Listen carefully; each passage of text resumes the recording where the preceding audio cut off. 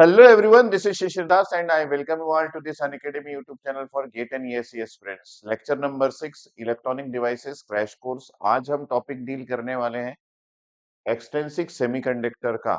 इसके पहले मैंने इंट्रिंसिक सेमीकंडक्टर और सेमीकंडक्टर की प्रॉपर्टीज के ऊपर वीडियोस बना लिए हैं जो कि YouTube के इसी चैनल में अवेलेबल है, जिसका प्लेलिस्ट भी अवेलेबल है। आप जाके प्लेलिस्ट में पूरे लेक्चर नंबर 1 to 5 एक बार देख लेना। अगर आपको कोई भी डाउट है किसी भी पर्टिकुलर लेक्चर में तो उस पर्टिकुलर वीडियो के कमेंट सेक्शन में आप लिख सकते हैं। I will definitely answer your question. ठीक है, आगे हम बढ़ते हैं एक्सट्रिंसिक सेमीकंडक्टर का। तो ये जो एक्सट्रिंसिक सेमीकंडक्टर है इसको दो तरीके से हम डिवाइड करते हैं। एक आपके पास होता है एन टाइप का सेमीकंडक्टर और दूसरा होता है आपका पी टाइप का semiconductor. This are the two types of semiconductor that we have. तो सबसे पहले हम स्टार्ट करते हैं इंट्रिंसिक सेमीकंडक्टर से और एक-एक करके समझते हैं कि एन टाइप और पी टाइप सेमीकंडक्टर को किस तरीके से फॉर्मेशन या फिर आप फैब्रिकेशन कर सकते हैं। ठीक है, तो सबसे पहले वी कैन हैव हमारे पास सभी सेमीकंडक्टर सॉलिड फॉर्म में होता है और वो इंट्रिंसिक सेमीकंडक्टर होता है। तो जैसे कि हमारे पास ये एक इंट्रिंसिक सेमीकंडक्टर था और इस इंट्रिंसिक सेमीकंडक्टर की प्रॉपर्टी ऐसी थी कि यहाँ पे जब आप 300 केल्विन में इसको प्लेस करेंगे तो सबसे इम्पोर्टेंट प्रॉपर्टी इसकी यही थी कि इसमें कितने इलेक्ट्रॉन्स, ये आपके पास एक intrinsic semiconductor, this is N intrinsic semiconductor, मतलब बिना किसी डोपिंग के एकदम प्योर सेमीकंडक्टर। और इस सेमीकंडक्टर की एक प्रॉपर्टी है कि यहाँ पे इलेक्ट्रॉन्स का कंसंट्रेशन और होल्स का कंसंट्रेशन वो इंट्रिंसिक कंसंट्रेशन के बराबर है।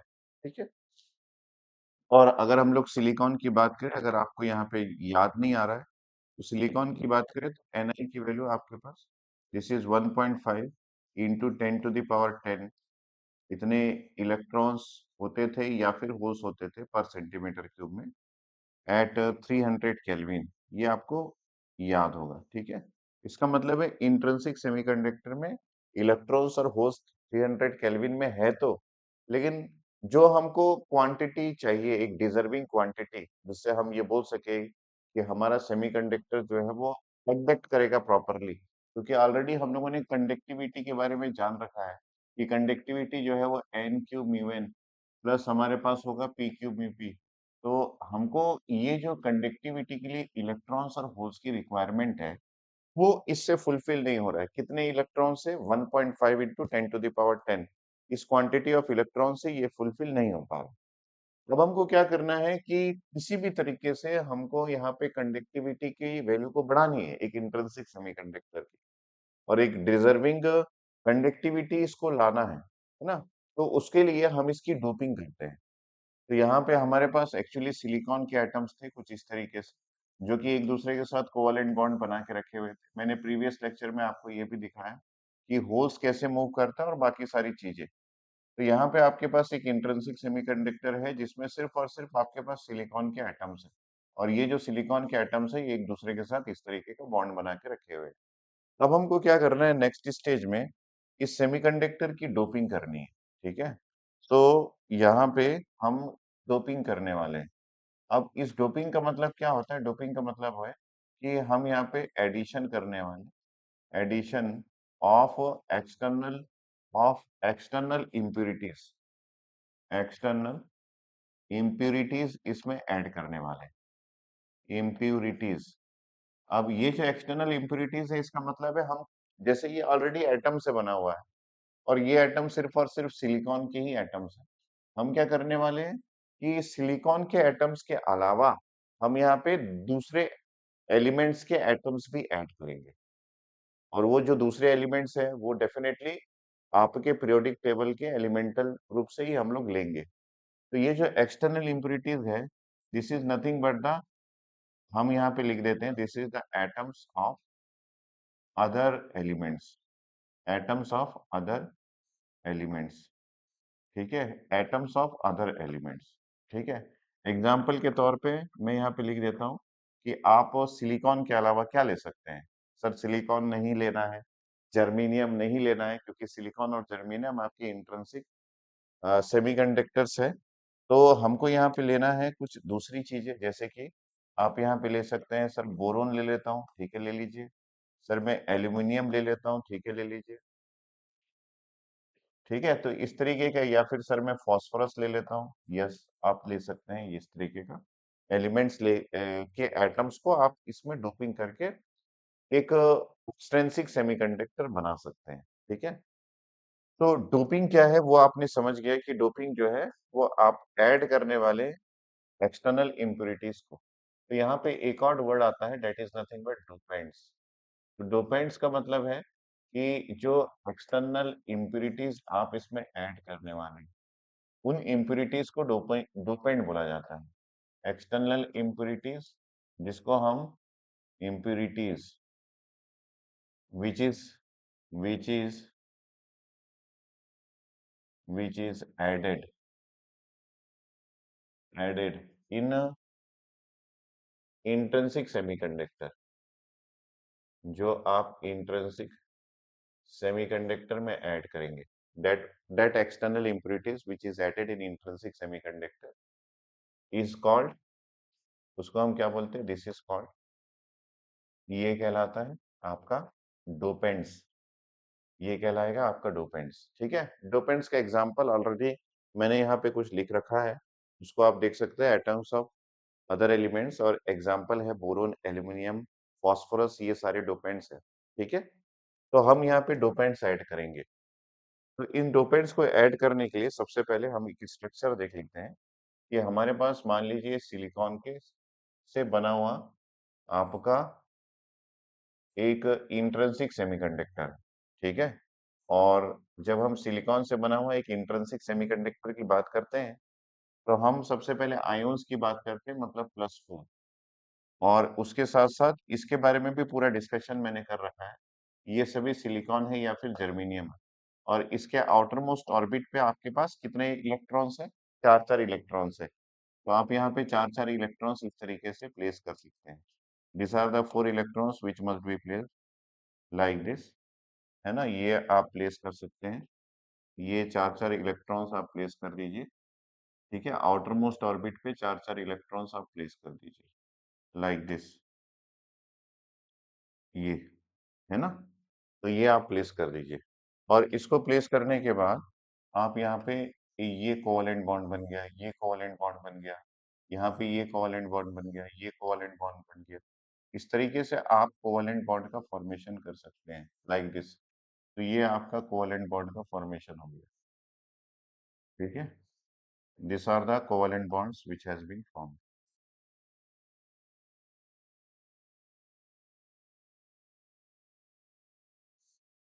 ये सिलिकॉन के जो एटम्स है, उसने अपने नेबर एटम्स के साथ कोवेलेंट बॉन्ड बना लिया।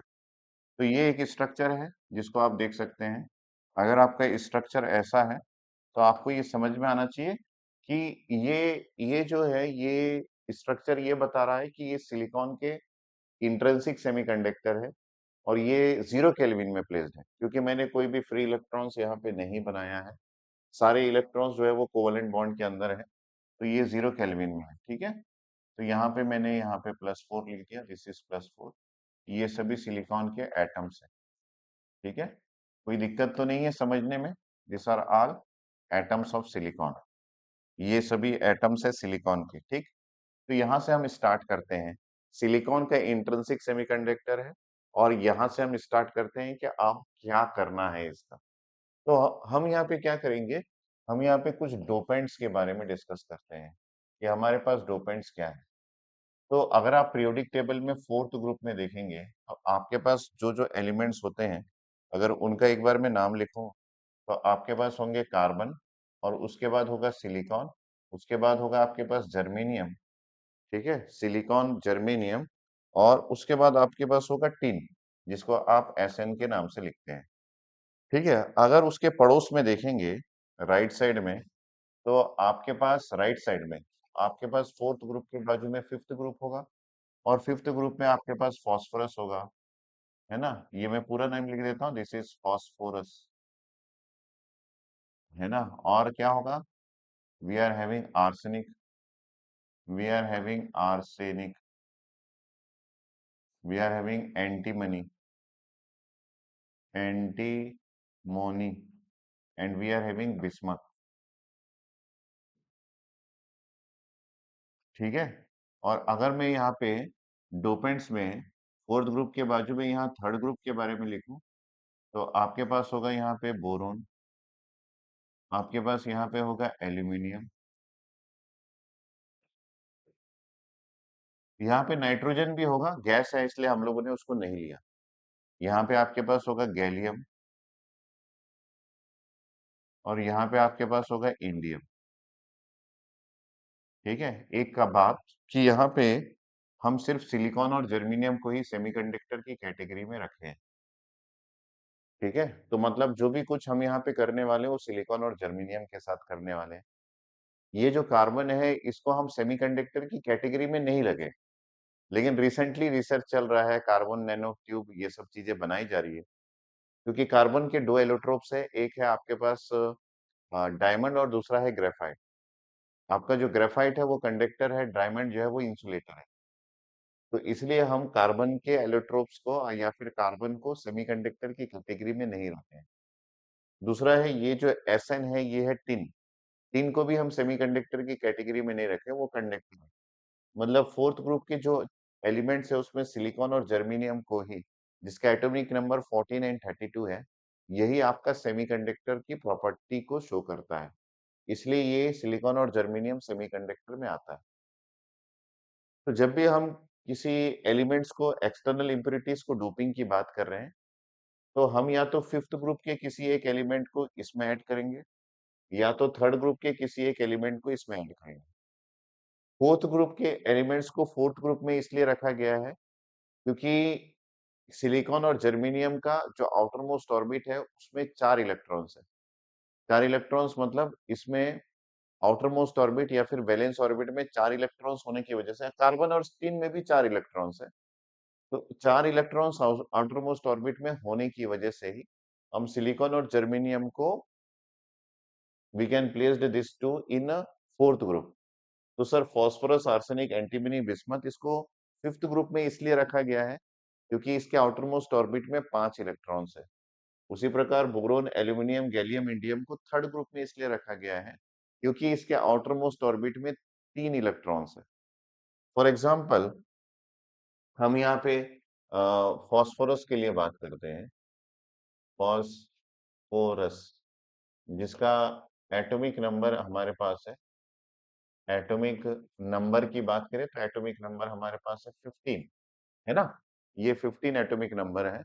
तो यहाँ पे अगर इसकी इलेक्ट्रॉनिक कॉन्फ़िगरेशन को हम लिखते हैं, इलेक्ट्रॉनिक कॉन्फ़िगरेशन को अगर हम लोग लिखते हैं, तो फास्फोरस के इलेक्ट्रॉनिक कॉन्फ़िगरेशन में हम लिख सकते हैं this is 1s2, then 2s2, then 2s2, then we have 2p6, then आपके पास 3s2 एंड 3p3, है ना। अगर ऐसा लिखते हैं तो 3 2 5 हो गया, और यहाँ पे आपके पास 6 7 8 9 10। तो ये हो गया आपका इलेक्ट्रॉनिक कॉन्फ़िगरेशन ऑफ फास्फोरस।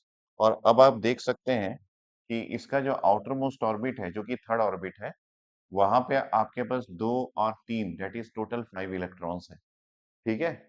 और इसके पहले हमने यहाँ पे बनाया है सिलिकॉन के एटम्स, और इस सिलिकॉन के एटम्स में टोटल आउटर मोस्ट ऑर्बिट में आपका 4 इलेक्ट्रॉन्स होता है। तो हमको क्या करना है कि फास्फोरस के एटम को इस पर्टिकुलर सेमीकंडक्टर में डोपिंग करनी है। ठीक है। तो इसको मैं एक बार कॉपी कर लेता हूं so that we can use this again and again. This is copied,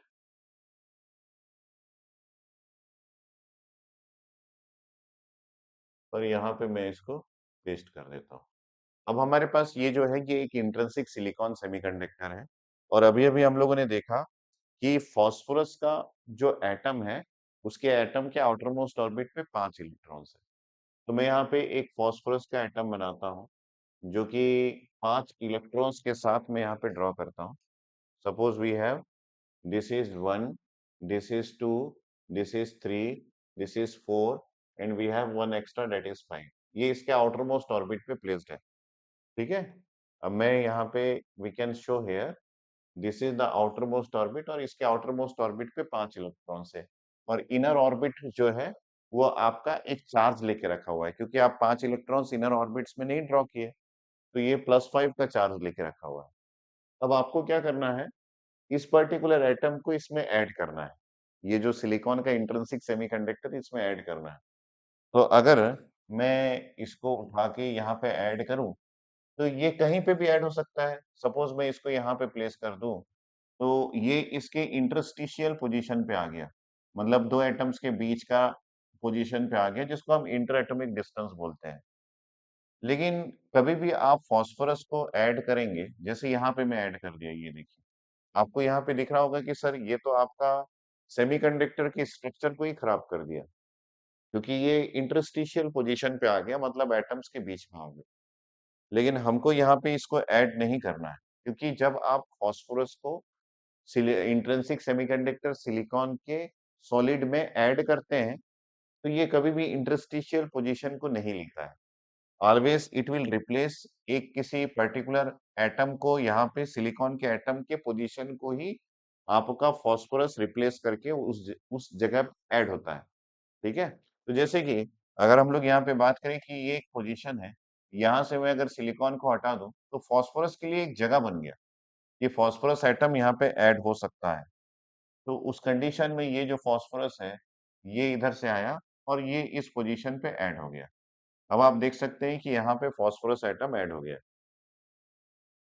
तो ये फास्फोरस की प्रॉपर्टी है कि फास्फोरस को जब भी सिलिकॉन में ऐड किया जाता है या फिर सिलिकॉन की इंट्रिंसिक सेमीकंडक्टर में ऐड किया जाता है, तो वो हमेशा उसके इंटरस्टिशियल पोजीशन को लेने की बजाय वो उसके स्ट्रक्चर को ही मेंटेन करते हुए किसी एक सिलिकॉन के एटम को रिप्लेस करके उस पोजीशन को वो अपने लिए सिक्योर कर लेता है, जैसे मैंने अभी-अभी किया है, ठीक है?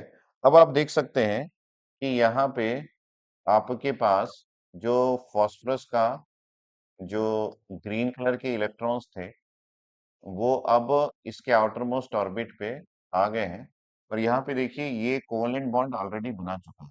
जैसे इसके 4 इलेक्ट्रॉन्स जो है वो कोवेलेंट बॉन्ड बना चुके हैं, लाइक दिस। 4 इलेक्ट्रॉन जो है वो कोवेलेंट बॉन्ड बना चुके हैं। अब 1 इलेक्ट्रॉन एक्स्ट्रा है जो कि कोवेलेंट बॉन्ड नहीं बनाया है। अब ये जो इलेक्ट्रॉन है, ये ऐसा नहीं कि आप बोल दें कि सर ये इलेक्ट्रॉन फ्री इलेक्ट्रॉन है क्योंकि इंट्राटॉमिक स्पेस में है। नहीं, ये इलेक्ट्रॉन बिल्कुल फ्री अभी नहीं हुआ है। कारण ये है कि ये इलेक्ट्रॉन एक्चुअली इस एटम से बाइंडेड है, क्योंकि इस एटम का आउटर मोस्ट ऑर्बिट पे है ना, तो इस एटम से बाइंडेड है। फ्री इलेक्ट्रॉन तो वो इलेक्ट्रॉन होता है जो किसी भी बॉन्ड में नहीं होता, वो एक्चुअली में फ्री होता है। लेकिन हम यहाँ पे इस इलेक्ट्रॉन को फ्री इलेक्ट्रॉन नहीं बोल सकते because this electron is not actually free. This is binded with the nucleus of phosphorus atom. तो मतलब इस इलेक्ट्रॉन को फ्री करने के लिए भी हमको कुछ ना कुछ इसको एनर्जी देनी पड़ेगी, है ना? दैट एनर्जी जो हम इस इलेक्ट्रॉन को प्रोवाइड करेंगे वो आयोनाइज़ेशन एनर्जी होगा। उस एनर्जी को देने के बाद आपका जो फास्फोरस एटम है, कंप्लीट एटम, वो आयोनाइज़्ड हो जाएगा। तो कई स्टूडेंट्स ये बोलेंगे कि सर ये इलेक्ट्रॉन फ्री है और ये इलेक्ट्रॉन कंडक्शन बैंड में लाई करेगा, क्योंकि ये इलेक्ट्रॉन इंटरएटॉमिक स्पेस में दिख रहा है। But this is not actually true, ठीक है? तो हमने यहाँ पे क्या किया, जब हमने इस स्ट्रक्चर को बनाया, ये एक इंट्रिंसिक था, लेकिन जब हमने इसमें डोपिंग की, तो डोपिंग करने के बाद जब यहाँ पे एक सिलिकॉन एटम रिप्लेस होके आप फास्फोरस एटम ले आए हैं, तो ये जो है, ये एक एन टाइप का सेमीकंडक्टर बन गया है। This is an n type semiconductor और ये जो एन टाइप का सेमीकंडक्टर का हम लोगों ने यहाँ पे एक बॉन्ड डायग्राम बनाया। क्या बनाया बेटा? ये this is nothing but a bond diagram of an n type. ठीक है, this is nothing but a bond diagram of an n type semiconductor. तो ये एक एन टाइप का सेमीकंडक्टर का कंप्लीट स्ट्रक्चर हो गया। अब हमको क्या करना है, ये समझना है कि इस बॉन्ड डायग्राम को एनर्जी वाइज कैसे समझेंगे, मतलब एक बैंड डायग्राम के थ्रू इसको किस तरीके से रिप्रेजेंट करेंगे। तो उसके लिए आप सबसे पहले तो एक इंट्रिंसिक सेमीकंडक्टर का एनर्जी बैंड डायग्राम ड्रॉ कर लीजिए, जहाँ पे आपके पास this is an energy energy band diagram, this is an energy band diagram, ठीक है। ये आपके पास एक एनर्जी बैंड डायग्राम है और यहाँ पे आपके पास ये पोजीशन है ईवी का, this position is actually EC, और इनके बीच में आपका एनर्जी गैप है, ये एनर्जी गैप है, और ये आपके पास एनर्जी है जिसको आप इलेक्ट्रॉन वोल्ट में रिप्रेजेंट कर रहे हैं, ठीक है। अब अगर इंट्रिंसिक सेमीकंडक्टर की बात करें तो इंट्रिंसिक सेमीकंडक्टर की खास बात ये होती है कि यहाँ पे काफी सारे आपके पास एनर्जी स्टेट्स होते हैं और इन सारे एनर्जी स्टेट्स में आपका इलेक्ट्रॉन्स प्रेजेंट होता है। ये एक इंट्रिंसिक सेमीकंडक्टर की 0 केल्विन में प्रॉपर्टी है। और हमारे पास कंडक्शन बैंड में भी काफी सारे एनर्जी स्टेट्स होते हैं, लेकिन इन एनर्जी स्टेट्स में कोई भी इलेक्ट्रॉन प्रेजेंट नहीं होता। इन एनर्जी स्टेट्स में कोई भी इलेक्ट्रॉन प्रेजेंट नहीं होता। अब हमने जब ये तो एक इंट्रिंसिक सेमीकंडक्टर बन गया, जब हम लोगों ने इसको फास्फोरस की डोपिंग की इसमें, तो हमने ये बोला कि ये जो फास्फोरस के इलेक्ट्रॉन्स है, ये पांचवा वाला इलेक्ट्रॉन, ये फ्री नहीं है, मतलब ये कंडक्शन बैंड में लाई नहीं करेगा। लेकिन इस इलेक्ट्रॉन को इजीली फ्री किया जा सकता है, मतलब बहुत कम एनर्जी हमको एक्सटर्नली प्रोवाइड करनी पड़ती है, जिससे ये आउटर मोस्ट ऑर्बिट का जो इलेक्ट्रॉन है वो फ्री हो जाता है कंपेयर टू दिस इलेक्ट्रॉन जो कि कोवेलेंट बॉन्ड के अंदर है, ठीक है। कोवेलेंट बॉन्ड के अंदर वाले इलेक्ट्रॉन्स को जो एनर्जी देनी पड़ेगी सिलिकॉन के केस में, वो तो 1.1 इलेक्ट्रॉन वोल्ट है 300 केल्विन में, या 1.21 इलेक्ट्रॉन वोल्ट है 0 केल्विन में। लेकिन अगर इस इलेक्ट्रॉन की बात करें तो this electron will be free by providing very small amount of energy. और कितनी एनर्जी इस इलेक्ट्रॉन को देनी पड़ेगी ताकि ये इलेक्ट्रॉन इजिली फ्री हो जाए, तो उसका जो मेजरमेंट है वो 0.05 इलेक्ट्रॉन वोल्ट है। तो अगर मैं 0.05 electron volt of energy provide करता हूँ तो ये इलेक्ट्रॉन इजिली फ्री हो जाता है, या फिर ये इलेक्ट्रॉन कंडक्शन बैंड में चला जाता है। तो इस बात को हम यहाँ पे कैसे रिप्रेजेंट करेंगे?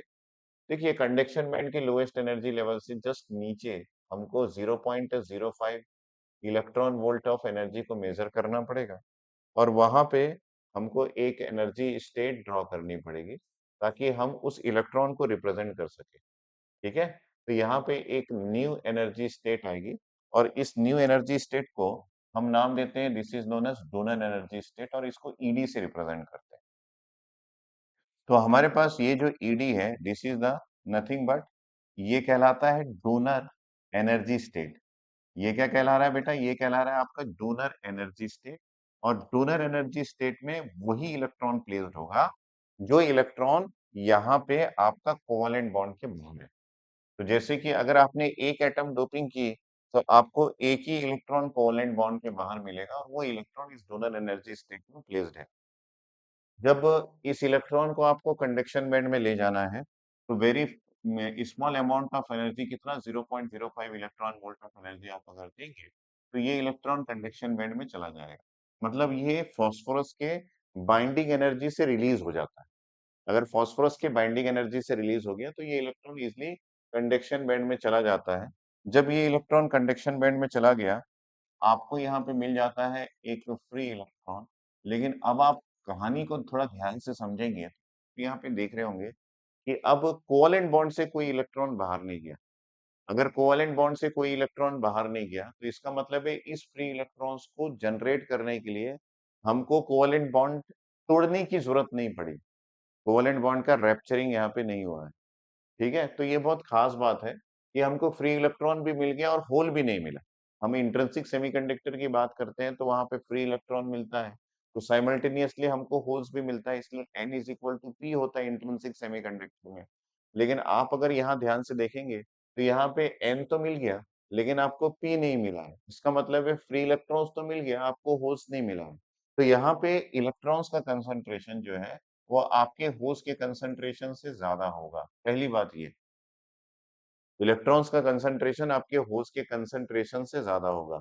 इसलिए जब हम एन टाइप के सेमीकंडक्टर की बात करते हैं, तो एन टाइप के सेमीकंडक्टर में हम दो चीजें इंपॉर्टेंट तरीके से लिखते हैं कि मेजॉरिटी चार्ज कैरियर्स यहाँ पे क्या होगा।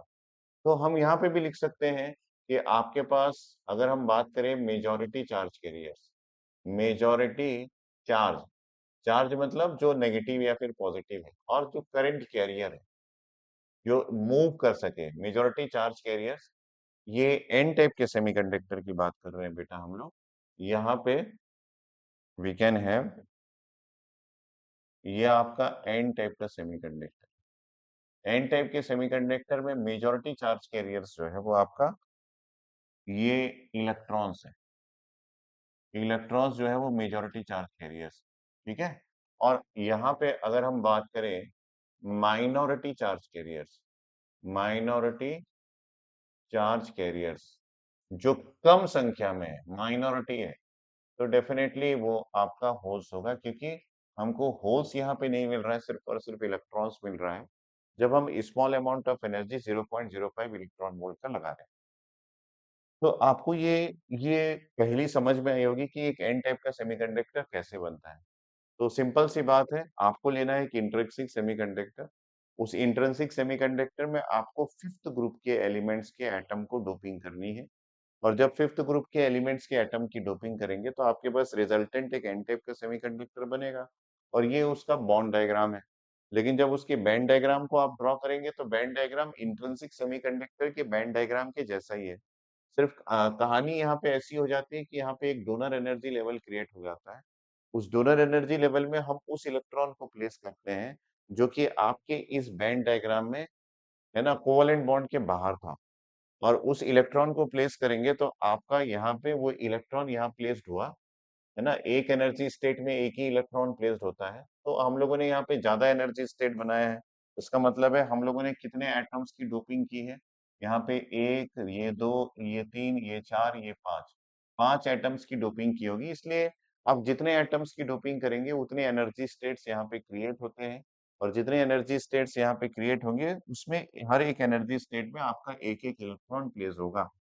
और जब इलेक्ट्रॉन प्लेस्ड होगा तो आप एनर्जी देंगे कितना, 0.05 इलेक्ट्रॉन वोल्ट ऑफ एनर्जी। तो उससे आपका फ्री इलेक्ट्रॉन्स क्रिएट होगा। आपको ये जो एनर्जी गैप है 1.1 इलेक्ट्रॉन वोल्ट ऑफ एनर्जी देने की जरूरत नहीं पड़ रही है इस पर्टिकुलर डिवाइस को, अ, हमको इलेक्ट्रॉन्स या फिर होल्स को क्रिएट करने के लिए, ठीक है।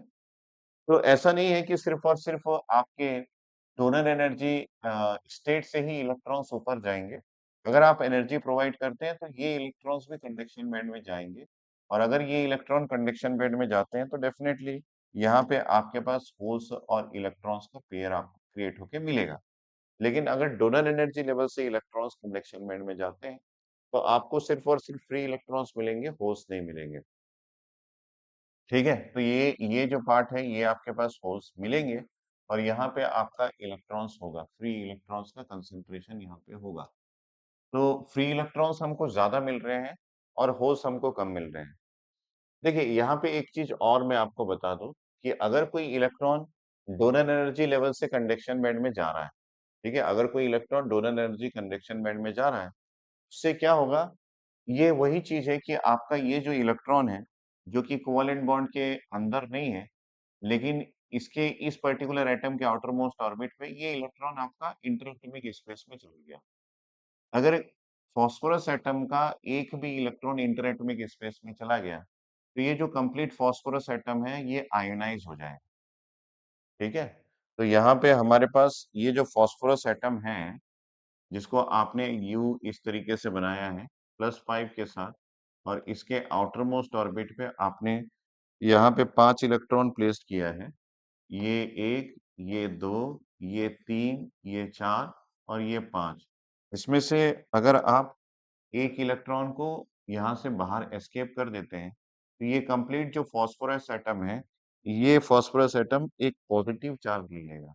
It will take a positive charge, क्योंकि ये अब आयोन बन गया है। तो इसका मतलब है कि एक इलेक्ट्रॉन के जाने से फास्फोरस एटम का आयोनाइजेशन हो गया है। हम यहाँ पे एक वर्ड लिख रहे हैं, this is ionization, ionization of phosphorus atom, ionization of आपका फास्फोरस, फास्फोरस फास्फोरस एटम हो गया है। तो जो कहानी यहाँ पे आपके यहाँ पे एक बॉन्ड डायग्राम में दिख रहा है, यही कहानी आपको यहाँ पे भी देखने को मिलेगा। अगर इलेक्ट्रॉन आपके डोनर एनर्जी लेवल से कंडक्शन बैंड में चला गया, जैसे ये इलेक्ट्रॉन वही वाला इलेक्ट्रॉन है, if it is goes from donor energy level to conduction band, तो आपका फास्फोरस एटम का आयोनाइजेशन हो गया।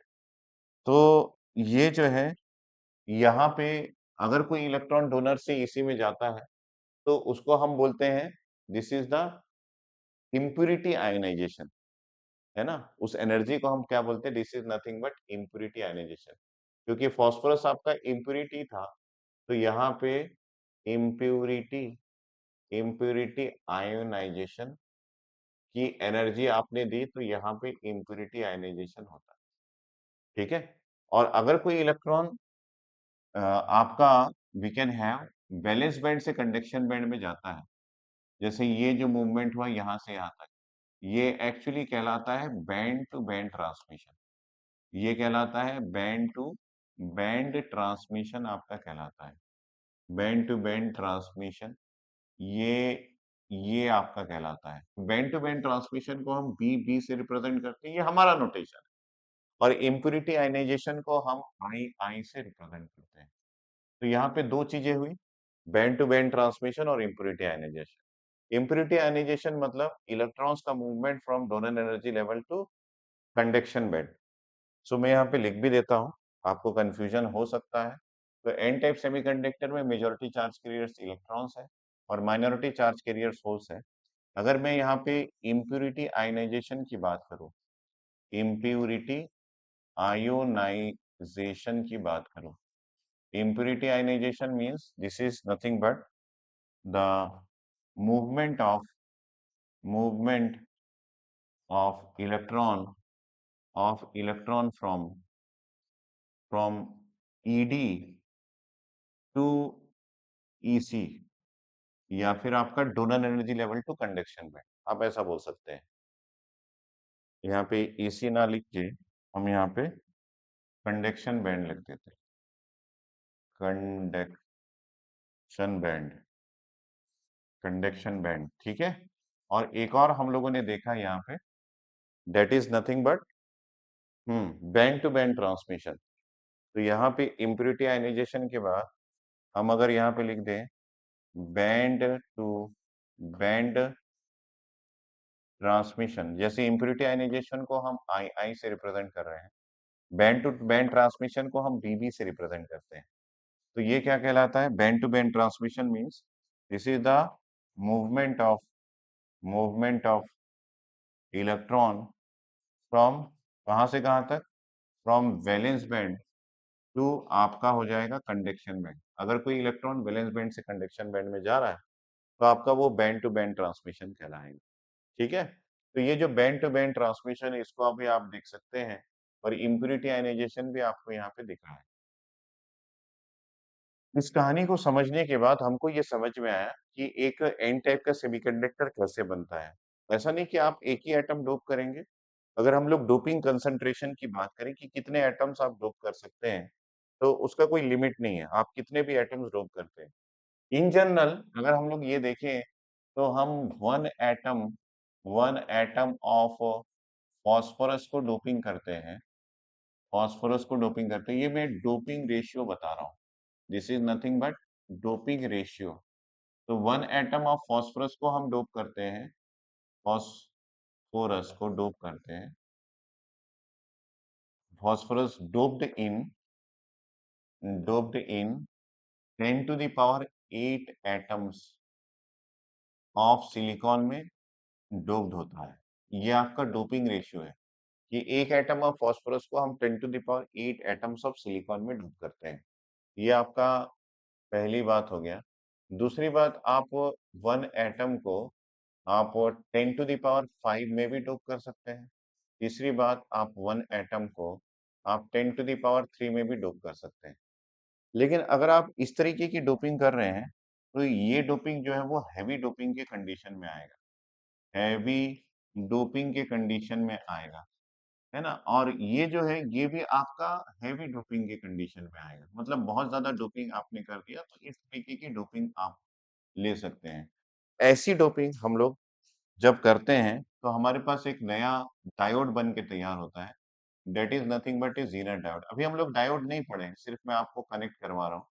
और इस तरीके की डोपिंग, हैवी डोपिंग से हम टनल डायोड का फैब्रिकेशन करते हैं। तो यहाँ पे मैंने टनल डायोड कर दिया। और ये जो पहला आपके पास डायोड है, ये आपका रेक्टिफायर डायोड कहलाता है। यहाँ पे इस तरीके की डोपिंग करके हम रेक्टिफायर डायोड को फॉर्मेशन करते हैं, जो आप पढ़ते हैं एनालॉग इलेक्ट्रॉनिक्स में, ठीक है? तो ये डोपिंग रेशियो है और आपको ये बात क्लियर हो गई। चलिए अब हम स्टार्ट करते हैं कि हमारा पी टाइप का सेमीकंडक्टर कैसे बनेगा। इनिशियली मैंने कुछ डायग्राम ड्रॉ किया है। आप यहाँ पे देख सकते हैं कि हम एक पी टाइप का सेमीकंडक्टर बना रहे हैं। पी टाइप के सेमीकंडक्टर को बनाने के लिए वी हैव टू टेक कि आपके पास यहाँ पे सिलिकॉन का एटम्स है ना? सिलिकॉन के एटम्स है। सबसे पहले तो हम लोगों ने इंट्रिंसिक सेमीकंडक्टर यहाँ पे ड्रॉ कर लिया और इंट्रिंसिक सेमीकंडक्टर ड्रॉ किया तो हर एक एटम जो है वो सिलिकॉन का एटम है और ये जो ग्रीन कलर का आपको दिख रहा है ये कोवेलेंट बॉन्ड है। हर एक कोवेलेंट बॉन्ड में आपके पास 2 इलेक्ट्रॉन्स है क्योंकि कोवेलेंट बॉन्ड बनाने के लिए 2 इलेक्ट्रॉन्स की जरूरत पड़ती है। तो ये एक इंट्रिंसिक सिलिकॉन का एटॉमिक स्ट्रक्चर है जिसको हम बॉन्ड डायग्राम बोलते हैं और इस बॉन्ड डायग्राम में हर एक एटम सिलिकॉन है और यहाँ पे हर एक एटम अपने नेबर एटम के साथ कोवेलेंट बॉन्ड बना के रखा हुआ है और हर एक एटम अपना एक-एक इलेक्ट्रॉन अपने नेबर एटम के साथ शेयर कर रहा है। अब हमको अगर पी टाइप का सेमीकंडक्टर बनाना है, तो हमको थर्ड ग्रुप ऑफ एलिमेंट्स को डोपिंग करनी पड़ेगी। थर्ड ग्रुप के एलिमेंट्स के एटम को। अब थर्ड ग्रुप के एलिमेंट्स कौन-कौन से हैं? एक बार आप मन में याद करो। That is boron, aluminium, gallium, indium. कई बार हम इसको BAGI भाजी के नाम से भी जानते हैं। याद करने के लिए कुछ चाहिए तो हम इसको इस तरीके से याद करते हैं। जैसे फास्फोरस, आर्सेनिक, एंटीमनी, बिस्मथ। मैं आपको बता दूं कि अगर आप फास्फोरस, आर्सेनिक, एंटीमनी, बिस्मथ अगर ऐसा लिख रहे हैं और बोरोन, एल्यूमिनियम, गैलियम और इंडियम लिख रहे हैं, तो आपको यहाँ पे कुछ इस तरीके का दिखेगा कि आप पाव भाजी, है ना? ये आप लिखना चाह रहे हैं, ठीक है? इस तरीके से हम इसको याद रखते हैं। तो आप देख लीजिए, सिर्फ स्पेलिंग इंग्लिश में आपको ऐसा लिखना पड़ेगा। ये फिफ्थ ग्रुप ऑफ एलिमेंट्स है, this is PAAB, phosphorus, arsenic, antimony, bismuth. नाम भी याद होना चाहिए, कई बार पूछता है। और यहाँ पे बोरोन, एल्यूमिनियम, गैलियम, इंडियम भी बाजी। ठीक है, तो ये आपके पास इस तरीके से आप याद रख सकते हैं, phosphorus, arsenic, antimony, bismuth, boron, aluminium, gallium, indium, pav and बाजी। ठीक है, तो अगर आपको फिफ्थ ग्रुप ऑफ एलिमेंट्स बोला जाए तो फास्फोरस, आर्सेनिक, एंटीमनी, बिस्मथ। तो क्या करना है कि इनमें से जो आपके पास बोरोन, एल्यूमिनियम, गैलियम, इंडियम है, उसमें से मैंने एल्यूमिनियम को ले लिया और एल्यूमिनियम को लेके उसका एटॉमिक नंबर हमारे पास 13 होता है। तो अब जब 13 एटॉमिक नंबर है उसका इलेक्ट्रॉनिक कॉन्फ़िगरेशन हम ऐसा लिख सकते हैं 1s2 2s2 2p6 3s2 3p1। तो इसके आउटर मोस्ट ऑर्बिट पे आप देख सकते हैं कि 3 इलेक्ट्रॉन्स हैं, ये 2 और एक 3 है। अब इसके एटम को हमको रिप्रेजेंट करना है तो हम 3 इलेक्ट्रॉन्स बाहर रिप्रेजेंट कर रहे हैं। तो ये 3 इलेक्ट्रॉन्स बाहर रिप्रेजेंट हो गए और आपके पास यहाँ पे +3 ऑफ चार्ज आ गया है। ठीक है? अब इसको उठा के हमको यहाँ पे रखना है, मतलब डोपिंग करनी है। जब यहाँ से ये यहाँ आएगा, इसी का मतलब होता है कि आप इसकी डोपिंग करने वाले हैं। तो डोपिंग करने के लिए आप इसकी इंटरस्टिशियल पोज़ीशन मतलब 2 एटम्स के बीच के पोज़ीशन पे भी इसको सेट कर सकते हैं, लेकिन जब आप एल्यूमीनियम एटम को सिलिकॉन एटम में ऐड करते हैं, तो ये जो एल्यूमीनियम एटम है, ये कभी भी इंटरस्टिशियल पोज़ीशन को नहीं लेता है। ये हमेशा आपके किसी एक सिलिकॉन एटम का जो भी पोज़ीशन है, उस पोज़ीशन को रिप्लेस करके वो अपनी जगह बनाता है। जैसे कि यहाँ पे मैं इस सिलिकॉन एटम को यहाँ से हटा देता हूँ और इस सिलिकॉन एटम के पास 4 इलेक्ट्रॉन्स था, मैं यहाँ पे इन 4 इलेक्ट्रॉन्स को भी यहाँ से हटा देता हूँ। अब ये जो आपका एल्यूमीनियम का एटम है जिसके आउटर मोस्ट ऑर्बिट पे 3 इलेक्ट्रॉन्स हैं, इसको लेके आए और यहाँ पे हम प्लेस कर दिए। देखिए, यहाँ पे कोवेलेंट बॉन्ड फिर से बन गया, लेकिन ये 3 कोवेलेंट बॉन्ड बना है क्योंकि एक एक एल्यूमीनियम एटम के आउटर मोस्ट ऑर्बिट पे 3 इलेक्ट्रॉन्स होते हैं, तो ये जो चौथा कोवेलेंट बॉन्ड है ये आपका नहीं बन पाया। लेकिन यहाँ पे एक एनर्जी स्टेट है जो कि कोवेलेंट बॉन्ड के अंदर नहीं है। अगर कोवेलेंट बॉन्ड के अंदर एनर्जी क्यों कोवेलेंट बॉन्ड तो यहाँ बनेगा ही नहीं, क्योंकि कोवेलेंट बॉन्ड बनाने के लिए 2 इलेक्ट्रॉन्स की ज़रूरत पड़ती है। लेकिन इस पोज़ीशन पे कोई इलेक्ट्रॉन्स आ सकता है। तो इसका मतलब है कि सर इनिशियली यहाँ पे जब आप बात कर रहे हैं, इसको डिस्कशन कर रहे हैं, तो यहाँ पे आपके पास ना तो कोई इलेक्ट्रॉन है, ना तो कोई होल है, राइट? अगर आप यहाँ पे ध्यान से देखेंगे तो यहाँ पे एक भी फ्री इलेक्ट्रॉन नहीं है। सर ये तो फ्री इलेक्ट्रॉन है, भाई ये फ्री इलेक्ट्रॉन नहीं है। Free electron inter atomic space पे होता है। ये एक्चुअली इस पर्टिकुलर सिलिकॉन एटम के आउटर मोस्ट ऑर्बिट का इलेक्ट्रॉन्स है। ठीक है? तो हम यहाँ पे यही डिस्कशन करना चाह रहे हैं कि इसके पास अभी के केस में जब आप बॉन्ड डायग्राम बनाए हैं और आपने इसको 0 केल्विन में प्लेस करके रखा है, क्योंकि 0 केल्विन क्यों बोल रहा हूँ? क्योंकि आप सिलिकॉन एटम से एक भी इलेक्ट्रॉन को बाहर नहीं प्लेस किए थे, ठीक है? तो अब आपको यहाँ पे दिख रहा होगा कि इंट्राटॉमिक स्पेस में कोई भी इलेक्ट्रॉन्स नहीं है और कोवेलेंट बॉन्ड के अंदर कोई भी वैकेंसी नहीं है। तो यहाँ पे n की वैल्यू कितनी है सर? 0 है। एंड p की वैल्यू कितनी है सर? 0 है। इसका मतलब है 0 केल्विन में अगर आप एक p टाइप के सेमीकंडक्टर की बात करें तो p टाइप के सेमीकंडक्टर में ना तो कोई इलेक्ट्रॉन मुझे नजर आ रहा है, इलेक्ट्रॉन मतलब फ्री इलेक्ट्रॉन, ना तो कोई होल नजर आ रहा है, ठीक है? तो वी मस्ट राइट हियर कि 0 केल्विन में अ, अगर आप पी टाइप के सेमीकंडक्टर की बात करेंगे, एन टाइप का भी दिखाऊंगा मैं, पी टाइप के सेमीकंडक्टर की बात करेंगे तो यहाँ पे ना तो आपके पास कोई इलेक्ट्रॉन है, एन की वैल्यू 0 है, ना तो आपके पास कोई होल है, पी की वैल्यू भी 0 है। तो एन की वैल्यू भी 0, पी की वैल्यू भी 0, तो इसका मतलब है कि आपके पास कंडक्टिविटी जो कि रिप्रेजेंट होता है N Q mu N plus आपका होता है this is P Q mu P, इन दोनों के एडिशन से आप रिप्रेजेंट करते हैं, तो ये कंडक्टिविटी की वैल्यू 0 आ गई, ठीक है? अगर कंडक्टिविटी की वैल्यू 0 आ गई तो यहाँ पे रेसिस्टिविटी जो कि 1 डिवाइडेड बाय कंडक्टिविटी होती है, जो कि 1 डिवाइडेड बाय 0 होगी, तो इसकी वैल्यू आपकी इन्फिनिटी आ जाएगी। तो ये अगर रेसिस्टिविटी इन्फिनिटी है तो इसका मतलब है कि आपका जो सेमीकंडक्टर है वो एक्चुअली इंसुलेटर की तरह काम कर रहा है। ये बात आप याद रखना। तो हम यहाँ पे बोल सकते हैं कि 0 केल्विन में p type semiconductor is acting as an insulator, ठीक है? यहाँ पे कोई डाउट है तो आप पूछना। एक्टिंग एज एन इंसुलेटर, ये इंसुलेटर की तरह बिहेव करेगा भाई, इंसुलेटर की तरह बिहेव करेगा, ठीक है? बड़ा इजी है समझना। तो सर ये इंसुलेटर से कंडक्टर कब बनेगा? तो 0 केल्विन में n की वैल्यू 0, p की वैल्यू 0, लेकिन आपका सेमीकंडक्टर p टाइप का है, ये होते हुए भी ये सेमीकंडक्टर इंसुलेटर है। आपको ये बात भी याद रखना है कि इंट्रिंसिक सेमीकंडक्टर भी 0 केल्विन में इंसुलेटर है। p टाइप सेमीकंडक्टर भी 0 केल्विन में इंसुलेटर है और n टाइप सेमीकंडक्टर भी 0 केल्विन में इंसुलेटर है। ठीक है? n टाइप सेमीकंडक्टर डिस्कस कर चुके हैं हम। पी टाइप सेमीकंडक्टर भी 0 केल्विन में इंसुलेटर। अब क्या करना है कि किसी तरीके से हमको यहाँ पे इलेक्ट्रॉन्स और होल्स क्रिएट करनी है। लेकिन इलेक्ट्रॉन्स होल्स क्रिएट करने से पहले पहले जस्ट हम इसका एनर्जी बैंड डायग्राम भी ड्रॉ कर लेते हैं। तो यहाँ पे जब हम एनर्जी बैंड डायग्राम ड्रॉ करेंगे तो आपके पास यहाँ पे दो एक्सिस है और यहाँ पे आपके पास ये हो गया ईसी हो गया EV. So we must take this one, this position is nothing but EV और यहाँ पे आपके पास दिस इज ईसी। यहाँ पे एनर्जी है in terms of electron volt, ये आपका हो गया और ये आपका वी कैन क्रिएट दैट, ये आपके पास एनर्जी स्टेट्स यहाँ पे काफी सारे हैं like this are the energy states और यहाँ पे भी आपके पास काफी सारे एनर्जी स्टेट्स हैं और वी कैन से कि यहाँ से लेके यहाँ तक ये आपका एनर्जी गैप है, ठीक है? So we can say this is the energy gap, ये ये है आपका energy gap that is given by EG, ठीक है? तो अभी अगर मैं फिर से यहाँ पे स्टार्ट करता हूँ 0 केल्विन से। 0 केल्विन में आपने यहाँ पे अभी-अभी देखा कि हर एक कोवेलेंट बॉन्ड जो है वो इलेक्ट्रॉन से फिल्ड है। किसी भी कोवेलेंट बॉन्ड के अंदर ऐसा नहीं है कि इलेक्ट्रॉन की कमी है। यहाँ पे तो कोवेलेंट बॉन्ड ही नहीं, ठीक है? हर एक कोवेलेंट बॉन्ड के अंदर इलेक्ट्रॉन है, इसका मतलब है वैलेंस बैंड आपका कंप्लीटली फिल्ड है, ठीक है? यहाँ पे आप देख सकते हैं कि वैलेंस बैंड की बात करें तो ये वैलेंस बैंड आपका कंप्लीटली कंप्लीटली फिल्ड है ये।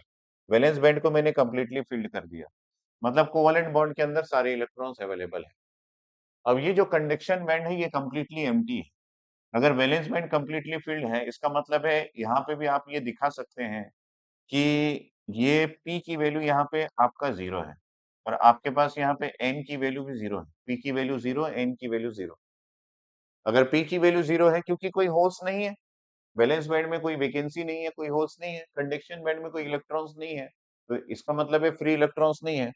तो इसका मतलब है कि ये रिप्रेजेंट कर रहा है कि कंडक्टिविटी की वैल्यू 0 है। सो कंडक्टिविटी वैल्यू 0 हो गई 0 केल्विन में, वहां पे भी मैंने दिखाया, यहाँ पे भी मैंने दिखाया। अब क्या है कि अब अगर आप टेम्परेचर की वैल्यू इंक्रीज कर रहे हैं, ठीक है? If you increase the temperature तो यहाँ पे इस डायग्राम को उठाते हैं और इसको कॉपी करके हम यहाँ पे पेस्ट करते हैं। दिस इज कॉपीड और 0 केल्विन के बाद हम यहाँ पे एक्चुअली 300 केल्विन की बात करने वाले हैं। तो जब 300 केल्विन की बात करने वाले हैं तो हमारे पास यही डायग्राम फिर से आ गया। अब आप देखिए ध्यान से, जब आप टेम्परेचर की वैल्यू को इंक्रीज करेंगे तो ये पॉसिबल है कि कोई इलेक्ट्रॉन किसी एक कोवेलेंट बॉन्ड को छोड़ा। जैसे ये इलेक्ट्रॉन समझ लीजिए कि टेम्परेचर मिला मतलब एनर्जी इसको मिली। अब एनर्जी मिली तो ये इलेक्ट्रॉन यहाँ पे प्लेस ना होके ये अपनी पोजीशन को छोड़ के इधर आ गया मान लीजिए, ठीक है। अब ये इलेक्ट्रॉन अगर इधर आ गया तो यहाँ पे तो कोवेलेंट बॉन्ड के अंदर एक वैकेंसी क्रिएट हो गई और वो वैकेंसी क्या कहलाएगी? वो वैकेंसी कहलाएगी आपका होल। ठीक है, ये वैकेंसी क्या कहलाएगी? This vacancy is nothing but the hole. यहाँ पे आपके पास एक होल क्रिएट हो गया और ये जो है ये आपका एक कोवेलेंट बॉन्ड अब तैयार हो सकता है। तो फिर से आप देखेंगे कि आपको होल तो मिल गया लेकिन फ्री इलेक्ट्रॉन नहीं मिला। दिख रहा है क्या कहीं फ्री इलेक्ट्रॉन? नहीं मिल रहा। तो यहाँ पे आप बोल सकते हैं कि जब आप टेम्परेचर की वैल्यू को 300 केल्विन करेंगे तो आपके पास ये जो है होल्स जो है वो नॉन जीरो मिल जाएगा। लेकिन ये पॉसिबल नहीं है कि इलेक्ट्रॉन्स की वैल्यू नॉन जीरो मिले, है ना? ये इलेक्ट्रॉन्स आपको नहीं मिल रहा है। लेकिन क्या है, क्योंकि 300 केल्विन आपने किया है, हम यहाँ पे तो एक ही इलेक्ट्रॉन को देख रहे हैं। लेकिन 300 केल्विन में हमको पता है कि काफी सारे इलेक्ट्रॉन्स क्रिएट हो जाते हैं और बहुत सारे इलेक्ट्रॉन्स होने की वजह से, बहुत सारे इलेक्ट्रॉन्स के फॉर्मेशन होने की वजह से हम यहाँ पे n की वैल्यू को भी नॉन जीरो लिखेंगे। लेकिन हमको यहाँ पे n नहीं दिख रहा है क्योंकि हम सिर्फ एक ही इलेक्ट्रॉन के बारे में यहाँ पे चर्चा की है ताकि मेरे मैं आपको एक विजुअलाइजेशन दे सकूं। लेकिन इलेक्ट्रॉन्स तो क्रिएट हुए होंगे, तो यहाँ पे इलेक्ट्रॉन्स ये भी बाहर आया, यहाँ पे इलेक्ट्रॉन ये भी बाहर आया, तो यहाँ पे आपके पास होल्स क्रिएट हुए, ये है, ये आपके पास होल्स बन गए। ठीक है, तो ये डायग्राम आपको दिख रहा होगा। तो अगर आप काउंट भी करेंगे तो यहाँ पे ये चीज दिखेगा कि आपके पास फ्री इलेक्ट्रॉन्स देखिए ये एक है, फ्री इलेक्ट्रॉन्स देखो ये एक है। लेकिन अगर आप होल्स को देखेंगे तो आपके पास होल्स की क्वांटिटी 3 है। इसका मतलब ये बोलना चाह रहा हूँ कि आपके पास 300 केल्विन में होल्स भी मिलेंगे, इलेक्ट्रॉन्स भी मिलेंगे, दोनों की वैल्यू नॉन जीरो होगी। लेकिन एक इंपॉर्टेंट बात ये कि आपके पास n की वैल्यू जो है वो लेस होगी आपके p की वैल्यू से। ये बात आपको समझ में आ रहा है क्या? n की वैल्यू लेस होगी आपके p की वैल्यू से। 300 केल्विन में इलेक्ट्रॉन्स जो है वो कम होगा और होल्स ज्यादा होगा। इसका मतलब है कि हम अगर पी टाइप के सेमीकंडक्टर की बात करें तो पी टाइप के सेमीकंडक्टर में आपके पास जो मेजॉरिटी चार्ज कैरियर्स है, जो आपका मेजॉरिटी मेजॉरिटी है वो आपका मेजॉरिटी चार्ज कैरियर्स लिख देते हैं, पूरा ही लिख देते हैं भाई। मेजॉरिटी चार्ज कैरियर्स आपके पास यहाँ पे कैरियर्स, दैट इज, है ना, यहाँ पे आपका होल्स होगा। मेजॉरिटी चार्ज कैरियर्स क्या है बेटा? पी टाइप के सेमीकंडक्टर में होल्स है। और आपका माइनॉरिटी कैरियर्स, यहाँ पे आप लिख सकते हैं minority charge carriers, minority charge carriers, minority charge carriers, minority charge carriers आपके पास यहाँ पे इलेक्ट्रॉन्स होंगे। माइनॉरिटी चार्ज कैरियर्स इलेक्ट्रॉन्स होंगे। तो इस बात पे हम ये बोल सकते हैं कि हमारे पास होल्स भी क्रिएट हो गए और इलेक्ट्रॉन्स भी क्रिएट हो गए। तो अल्टीमेटली मैं यहाँ पे ये बोलना चाह रहा हूँ कि हमारे पास जो सिनेरियो वहां पे हुआ है, हम 300 केल्विन में यही सिनेरियो यहाँ भी देख सकते हैं। क्या क्या हुआ वहां पे, ध्यान से देख लीजिए कि ये आपके पास एक बॉन्ड डायग्राम है पी टाइप के सेमीकंडक्टर का। ये आपका बॉन्ड डायग्राम है पी टाइप के सेमीकंडक्टर का, ये आपका बॉन्ड डायग्राम है। इस बॉन्ड डायग्राम में हम लोगों ने क्या क्या देखा कि भाई जब टेम्परेचर की वैल्यू को बढ़ाया गया तो कोई इलेक्ट्रॉन जो कि कोवेलेंट बॉन्ड के अंदर था वो अपना पोजीशन छोड़ के इधर आ गया और काफी सारे इलेक्ट्रॉन्स क्रिएट हुए क्योंकि टेम्परेचर 300, लेकिन एक होल भी क्रिएट हुआ, यहाँ एक होल क्रिएट हुआ और यहाँ एक होल क्रिएट हुआ। कुछ कहानी इस टाइप की थी। तो इनिशियली आपके पास 0 केल्विन में कोई भी इलेक्ट्रॉन कोई भी होल नहीं था जो कि यहाँ पे आपको दिख रहा है। अब मैं इसी डायग्राम में टेम्परेचर की वैल्यू को 300 केल्विन कर देता हूँ। अब 300 केल्विन किया तो डेफिनेटली आप बोलेंगे कि सर कुछ इलेक्ट्रॉन्स तो यहाँ भाग गए, कुछ इलेक्ट्रॉन्स यहाँ भाग गए। तो अगर इलेक्ट्रॉन सर ऊपर चले गए तो आपको इलेक्ट्रॉन्स मिल गए। ठीक है सर, वो जो वैकेंसी है, ध्यान से अगर आप देखेंगे तो एक वैकेंसी आपके पास इनिशियली था यहाँ पे जो कोवेलेंट बॉन्ड के अंदर नहीं था। कोवेलेंट बॉन्ड के अंदर के जो आपके पास एनर्जी स्टेट्स है उसको तो आप वैलेंस बैंड में शो करते हैं। अब ये जो वैकेंसी है, जो कि कोवेलेंट बॉन्ड के अंदर भी नहीं है, इंटरएटॉमिक स्पेस पे भी नहीं है और यहाँ पे इलेक्ट्रॉन ईज़िली आ सक रहा था। तो ये कहाँ पे होता है एक्चुअली? ये जो एनर्जी स्टेट है, ये कहाँ पे होता है? तो मैं यहाँ पे आपको बता दूँ कि ये एनर्जी स्टेट्स आपके वैलेंस बैंड के जस्ट ऊपर होगा ये। जितना भी आप डोपिंग करेंगे सबकी एक-एक वैकेंसी है। अगर आप 1 एटम डोपिंग करेंगे तो 1 वैकेंसी आपको मिलेगी। 1 एनर्जी स्टेट्स अगर आप 2 एटम डोपिंग करेंगे तो दूसरी एनर्जी स्टेट्स। तो यहाँ पे ये जो है ये कहलाता है आपका ईए और ईए जो है वो पी टाइप के सेमीकंडक्टर में एग्जिस्ट करता ही है और ये जो ईए है दिस इज नथिंग बट आपका एक्सेप्टर एनर्जी स्टेट्स होंगे। This is acceptor energy energy state होगा, ये आपका एक्सेप्टर एनर्जी स्टेट कहलाएगा। ठीक है, तो इस एक्सेप्टर अभी देखिए इलेक्ट्रॉन्स ऊपर गया तो यहाँ पे होल्स क्रिएट हुए हैं। अब ये जो एक्सेप्टर एनर्जी स्टेट्स है ये भी वेकेंट है, अगर यहाँ पे इलेक्ट्रॉन चला गया तो यहाँ पे फिर से एक होल क्रिएट हो जाएगा। अब आप फिर से देखिए पहले के सिनेरियो जैसे अभी का भी सिनेरियो है कि आपके पास इलेक्ट्रॉन्स 2 मिले हैं लेकिन होल्स 3 मिले। ठीक है, तो यहाँ पे आपके पास एक्सेप्टर एनर्जी स्टेट में एक इलेक्ट्रॉन गया है। यहाँ पे भी आप अगर आप देखेंगे तो सेम सिनेरियो मैंने क्रिएट किया है कि बॉन्ड डायग्राम में आपके पास यहाँ पे देखिए ये एक्सेप्टर एनर्जी स्टेट था, यहाँ पे एक इलेक्ट्रॉन गया है। तो आपका सेम सिनेरियो क्रिएट हुआ, इलेक्ट्रॉन 3 क्रिएट हुए, इलेक्ट्रॉन 2 क्रिएट हुए और होल 3 क्रिएट हुए। तो सिमिलरली हम यहाँ पे इसी चर्चा को आगे बढ़ा रहे हैं। तो 300 केल्विन में क्या हुआ, आपके पास होल्स की वैल्यू नॉन जीरो हो गई, इलेक्ट्रॉन्स की वैल्यू भी नॉन जीरो होगी और कंडक्टिविटी नॉन जीरो होगी। इसका मतलब है 300 केल्विन में आपका जो पी टाइप का सेमीकंडक्टर है वो क्या बन गया, वो आपका कंडक्टर बन गया। जो इंसुलेटर था 0 केल्विन में वो अभी आपका कंडक्टर बन गया। ठीक है, तो इस तरीके से आप चीजों को समझ सकते हैं, बहुत ही इजी है, लेकिन समझने के लिए आपको थोड़ा सा आइडिया होना चाहिए कि किस तरीके से आपको एनालाइज करना है पी टाइप का सेमीकंडक्टर। चलिए हम एक इम्प्यूरिटी आयोनाइजेशन और आपका बैंड टू बैंड ट्रांसमिशन जो हम लोगों ने एन टाइप के सेमीकंडक्टर में देखा है, वही बात अगर हम लोग पी टाइप के सेमीकंडक्टर में करें, तो इम्प्यूरिटी आयोनाइजेशन का मतलब है कि ये हमारा इम्प्यूरिटी है जो +3 लिखा हुआ है। अब इसका आयोनाइजेशन का मतलब ये है कि यहाँ पे जो वीकेंट एनर्जी स्टेट है, यहाँ पे कोई इलेक्ट्रॉन आ जाए, तो डेफिनेटली ये एटम एक कंप्लीटली न्यूट्रल एटम है। क्योंकि अगर हम लोग एल्यूमीनियम की बात करें, आउटर मोस्ट ऑर्बिट पे 3 इलेक्ट्रॉन्स के साथ ये तो न्यूट्रल है।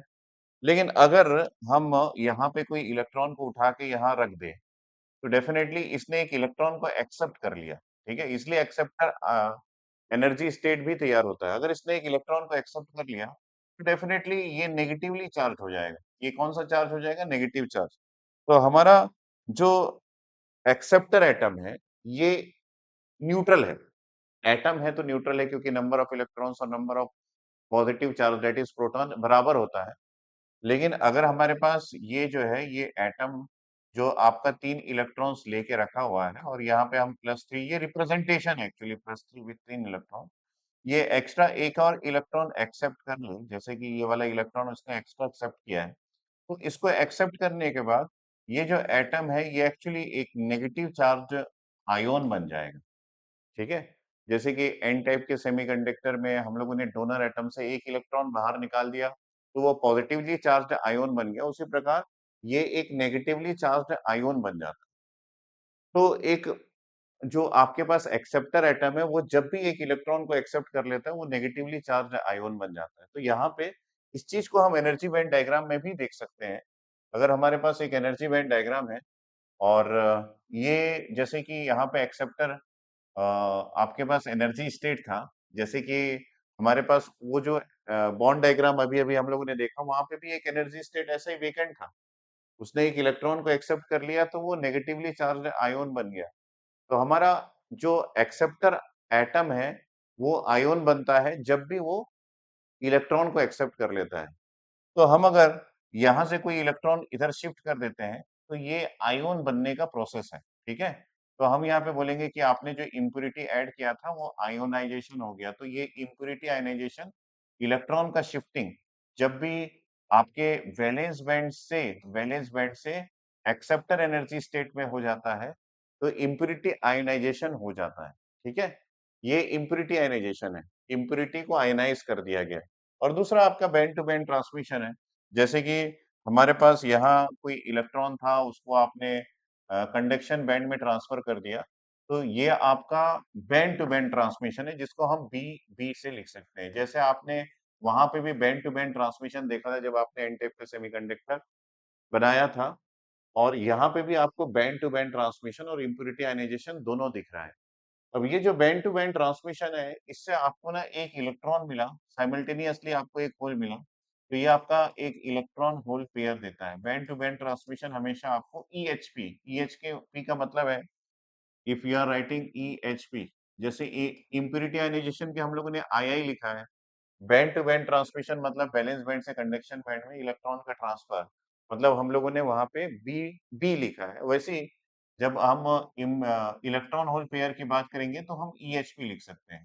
दिस इज नथिंग बट एक फ्री इलेक्ट्रॉन और आपका एक होल का आपको यहाँ पे पेयर मिल जाता है, इलेक्ट्रॉन होल पेयर। तो आप मेरे स्टेटमेंट को ध्यान से सुनिए और उसी को याद रखिएगा कि इलेक्ट्रॉन होल पेयर उस समय क्रिएट होता है जब बैंड टू बैंड ट्रांसमिशन होता है। और अगर आपका इम्प्यूरिटी आयनाइजेशन होता है, तो आपको फ्री इलेक्ट्रॉन नहीं मिलता है। फ्री इलेक्ट्रॉन तो तब मिलेगा जब आपके पास कंडक्शन बैंड में कोई इलेक्ट्रॉन जाएगा, क्योंकि यहाँ पे इलेक्ट्रॉन सिर्फ एक्सेप्टर एनर्जी स्टेट में जा रहा है, तो यहाँ पे आपको इलेक्ट्रॉन नहीं मिलेगा, लेकिन आपको यहाँ पे होल्स ज़रूर मिलेंगे। तो जैसे यहाँ पे एक होल्स आपका क्रिएट हुआ है, तो ये जो इम्प्यूरिटी आयनाइजेशन है पी टाइप के सेमीकंडक्टर में, ये सिर्फ आपको एक होल और सिर्फ एक होल क्रिएट करके देता है। There is no electron, there is no electron. ठीक है, तो बैंड टू बैंड ट्रांसमिशन और इम्प्यूरिटी आयनाइजेशन जैसा आपने एक एन टाइप के सेमीकंडक्टर में देखा था, सिमिलरली आपके पी टाइप के सेमीकंडक्टर में बैंड टू बैंड ट्रांसमिशन और इम्प्यूरिटी आयनाइजेशन दोनों चीजें देखने को मिलती है। अब एक डिफरेंट कंसेप्ट पे हम बात करते हैं, जैसे कि फॉर एग्जांपल हम एक स्टेटमेंट सबसे पहले लिखते हैं, ऑल सेमीकंडक्टर्स, ऑल सेमीकंडक्टर्स, ठीक है, आइदर आप उसको बोले कि वो एक एक्सट्रिंसिक सेमीकंडक्टर है, और या फिर वो इंट्रिंसिक सेमीकंडक्टर है। ऑल सेमीकंडक्टर आइदर एक्सट्रिंसिक और इंट्रिंसिक आर इलेक्ट्रिकली, इलेक्ट्रिकली ये होता है आपके पास न्यूट्रल। ठीक है, ये होता है आपका न्यूट्रल। इसका मतलब है कि हम अगर एन टाइप का सेमीकंडक्टर की बात करें, ठीक है, इस बात को भी ध्यान से सुनिए। हमको ये लगता है कि अगर हम एन टाइप का सेमीकंडक्टर का नाम ले रहे हैं, इन जनरल अगर आप नहीं जानते तो मैं पूछूं, तो आप ये बोलेंगे कि सर एन टाइप का सेमीकंडक्टर नेगेटिवली चार्ज होता है। अगर हम पी टाइप के सेमीकंडक्टर की बात करें तो पी टाइप का सेमीकंडक्टर पॉजिटिवली चार्ज होता है। ऐसा आप प्रिडिक्ट कर सकते हैं, लेकिन ओरिजिनल में एन टाइप का सेमीकंडक्टर, पी टाइप का सेमीकंडक्टर या फिर इंट्रिंसिक सेमीकंडक्टर सभी कोई न्यूट्रल होता है। इस बात को समझने के लिए हम, जैसे कि हम डोनर एटम की बात कर रहे हैं, तो ये जो डोनर एटम है ये न्यूट्रल है और हम इसको रिप्रेजेंटेशन करते हैं एनडी से। ठीक है, और हमारे पास ये जो एक्सेप्टर एटम है, एक्सेप्टर एटम है, ये भी आपका न्यूट्रल होता है, इसको हम रिप्रेजेंट करते हैं एनए से। ठीक है, एनए जो है वो एक्सेप्टर एटम है, एनडी जो है वो डोनर एटम है। जैसे कि हम अगर बोले कि डोनर आयोन हमारे पास है, तो उसी प्रकार का एक रिप्रेजेंटेशन है कि अगर हम लोग डोनर आयोन का रिप्रेजेंटेशन करें, तो ये एन पॉजिटिव से रिप्रेजेंट होगा, क्योंकि डोनर आयोन क्या करता है, इलेक्ट्रॉन को दान कर देता है, जो कि आपका फास्फोरस, आर्सेनिक, एंटीमनी, बिस्मथ, इनके एटम्स इलेक्ट्रॉन्स को रेडिली दान करते हैं, मतलब डोनेट करते हैं। तो इलेक्ट्रॉन को डोनेट किया मतलब नेगेटिवली चार्ज को उसने डोनेट किया, तो इसका चार्ज जो है वो आयोन बनने के बाद, डोनर एटम का आपका आयोन बनने के बाद पॉजिटिवली चार्ज बन जाता है। उसी प्रकार हमारे पास जो एक्सेप्टर एक्सेप्टर आयोन है, ये एक्सेप्टर आयोन आपका इलेक्ट्रॉन को एक्सेप्ट कर लेता है, इसलिए ये नेगेटिवली चार्ज आयोन Na- के तौर पे रिप्रेजेंट होता है। तो इन जनरल हम समझे कि एक सेमीकंडक्टर है जो कि इंट्रिंसिक है। ठीक है, मान लीजिए हमारे पास एक सेमीकंडक्टर है, ये इंट्रिंसिक है, तो ये इंट्रिंसिक है तो ये किससे बना होगा, ये सिलिकॉन से बना होगा, हमारे पास सिलिकॉन के एटम्स हैं और ये मान लीजिए ओवरलैप्ड है, ये सिलिकॉन के एटम्स है। आपको क्या लगता है ये सिलिकॉन के एटम्स कोई चार्ज लेके रखे हुए हैं? नहीं, क्योंकि ये एटम है, एटम तो इलेक्ट्रिकली न्यूट्रल होता है। तो अगर आप एक इंट्रिंसिक सेमीकंडक्टर की बात कर रहे हैं, तो एक इंट्रिंसिक सेमीकंडक्टर जो है वो इलेक्ट्रिकली न्यूट्रल होता है। अब आप बोलेंगे कि सर लेकिन 300 केल्विन में हमारे पास यहाँ पे इलेक्ट्रॉन्स क्रिएट हो जाते हैं, तो मैं बोलूंगा कि भाई अगर आपका इलेक्ट्रॉन्स क्रिएट होता है तो साइमल्टेनियसली आपको एक होल भी मिलता है इंट्रिंसिक सेमीकंडक्टर में। सर ये इलेक्ट्रॉन का चार्ज तो नेगेटिव है, तो मैं बोलूंगा कि सर होल का चार्ज तो पॉजिटिव है। तो अगर किसी एटम से इलेक्ट्रॉन बाहर भी आ गया, इंट्रिंसिक सेमीकंडक्टर की बात कर रहा हूँ, तो इलेक्ट्रॉन्स के बाहर आने से आपको यहाँ पे एक होल्स भी मिलता है। तो ये जो होल्स है, क्योंकि इसने नेगेटिव चार्ज को छोड़ दिया है, तो ये होल्स जो है ये पॉजिटिव चार्ज होता है।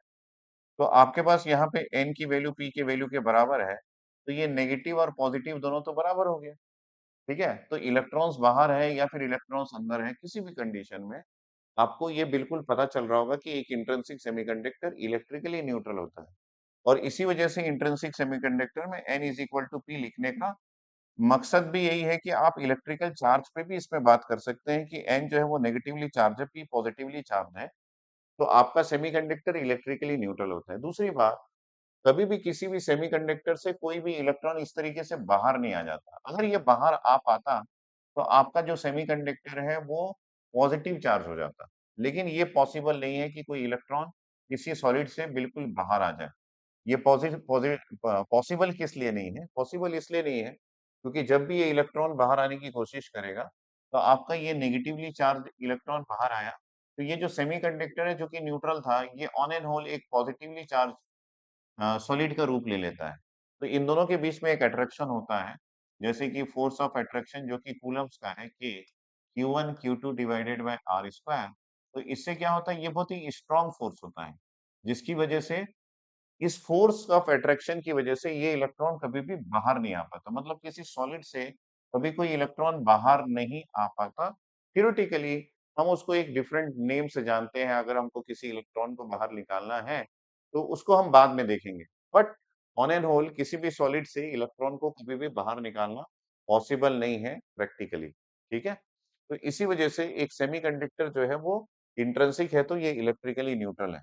अगर हम इसी प्रकार पी टाइप के सेमीकंडक्टर की बात करें, मान लीजिए मेरे पास एक पी टाइप का सेमीकंडक्टर है और आप बोलेंगे कि सर यहाँ पे तो हमारे पास सिलिकॉन के अलावा हमारे पास एक्सेप्टर एटम्स भी है ना? तो एक्सेप्टर एटम्स मान लीजिए यहाँ मैंने बना दिया और फिर से आपके पास यहाँ पे सिलिकॉन है, तो सिलिकॉन का कंसंट्रेशन ऑब्वियस है कि ज्यादा होता है, ठीक है? ये सिलिकॉन है, ठीक है?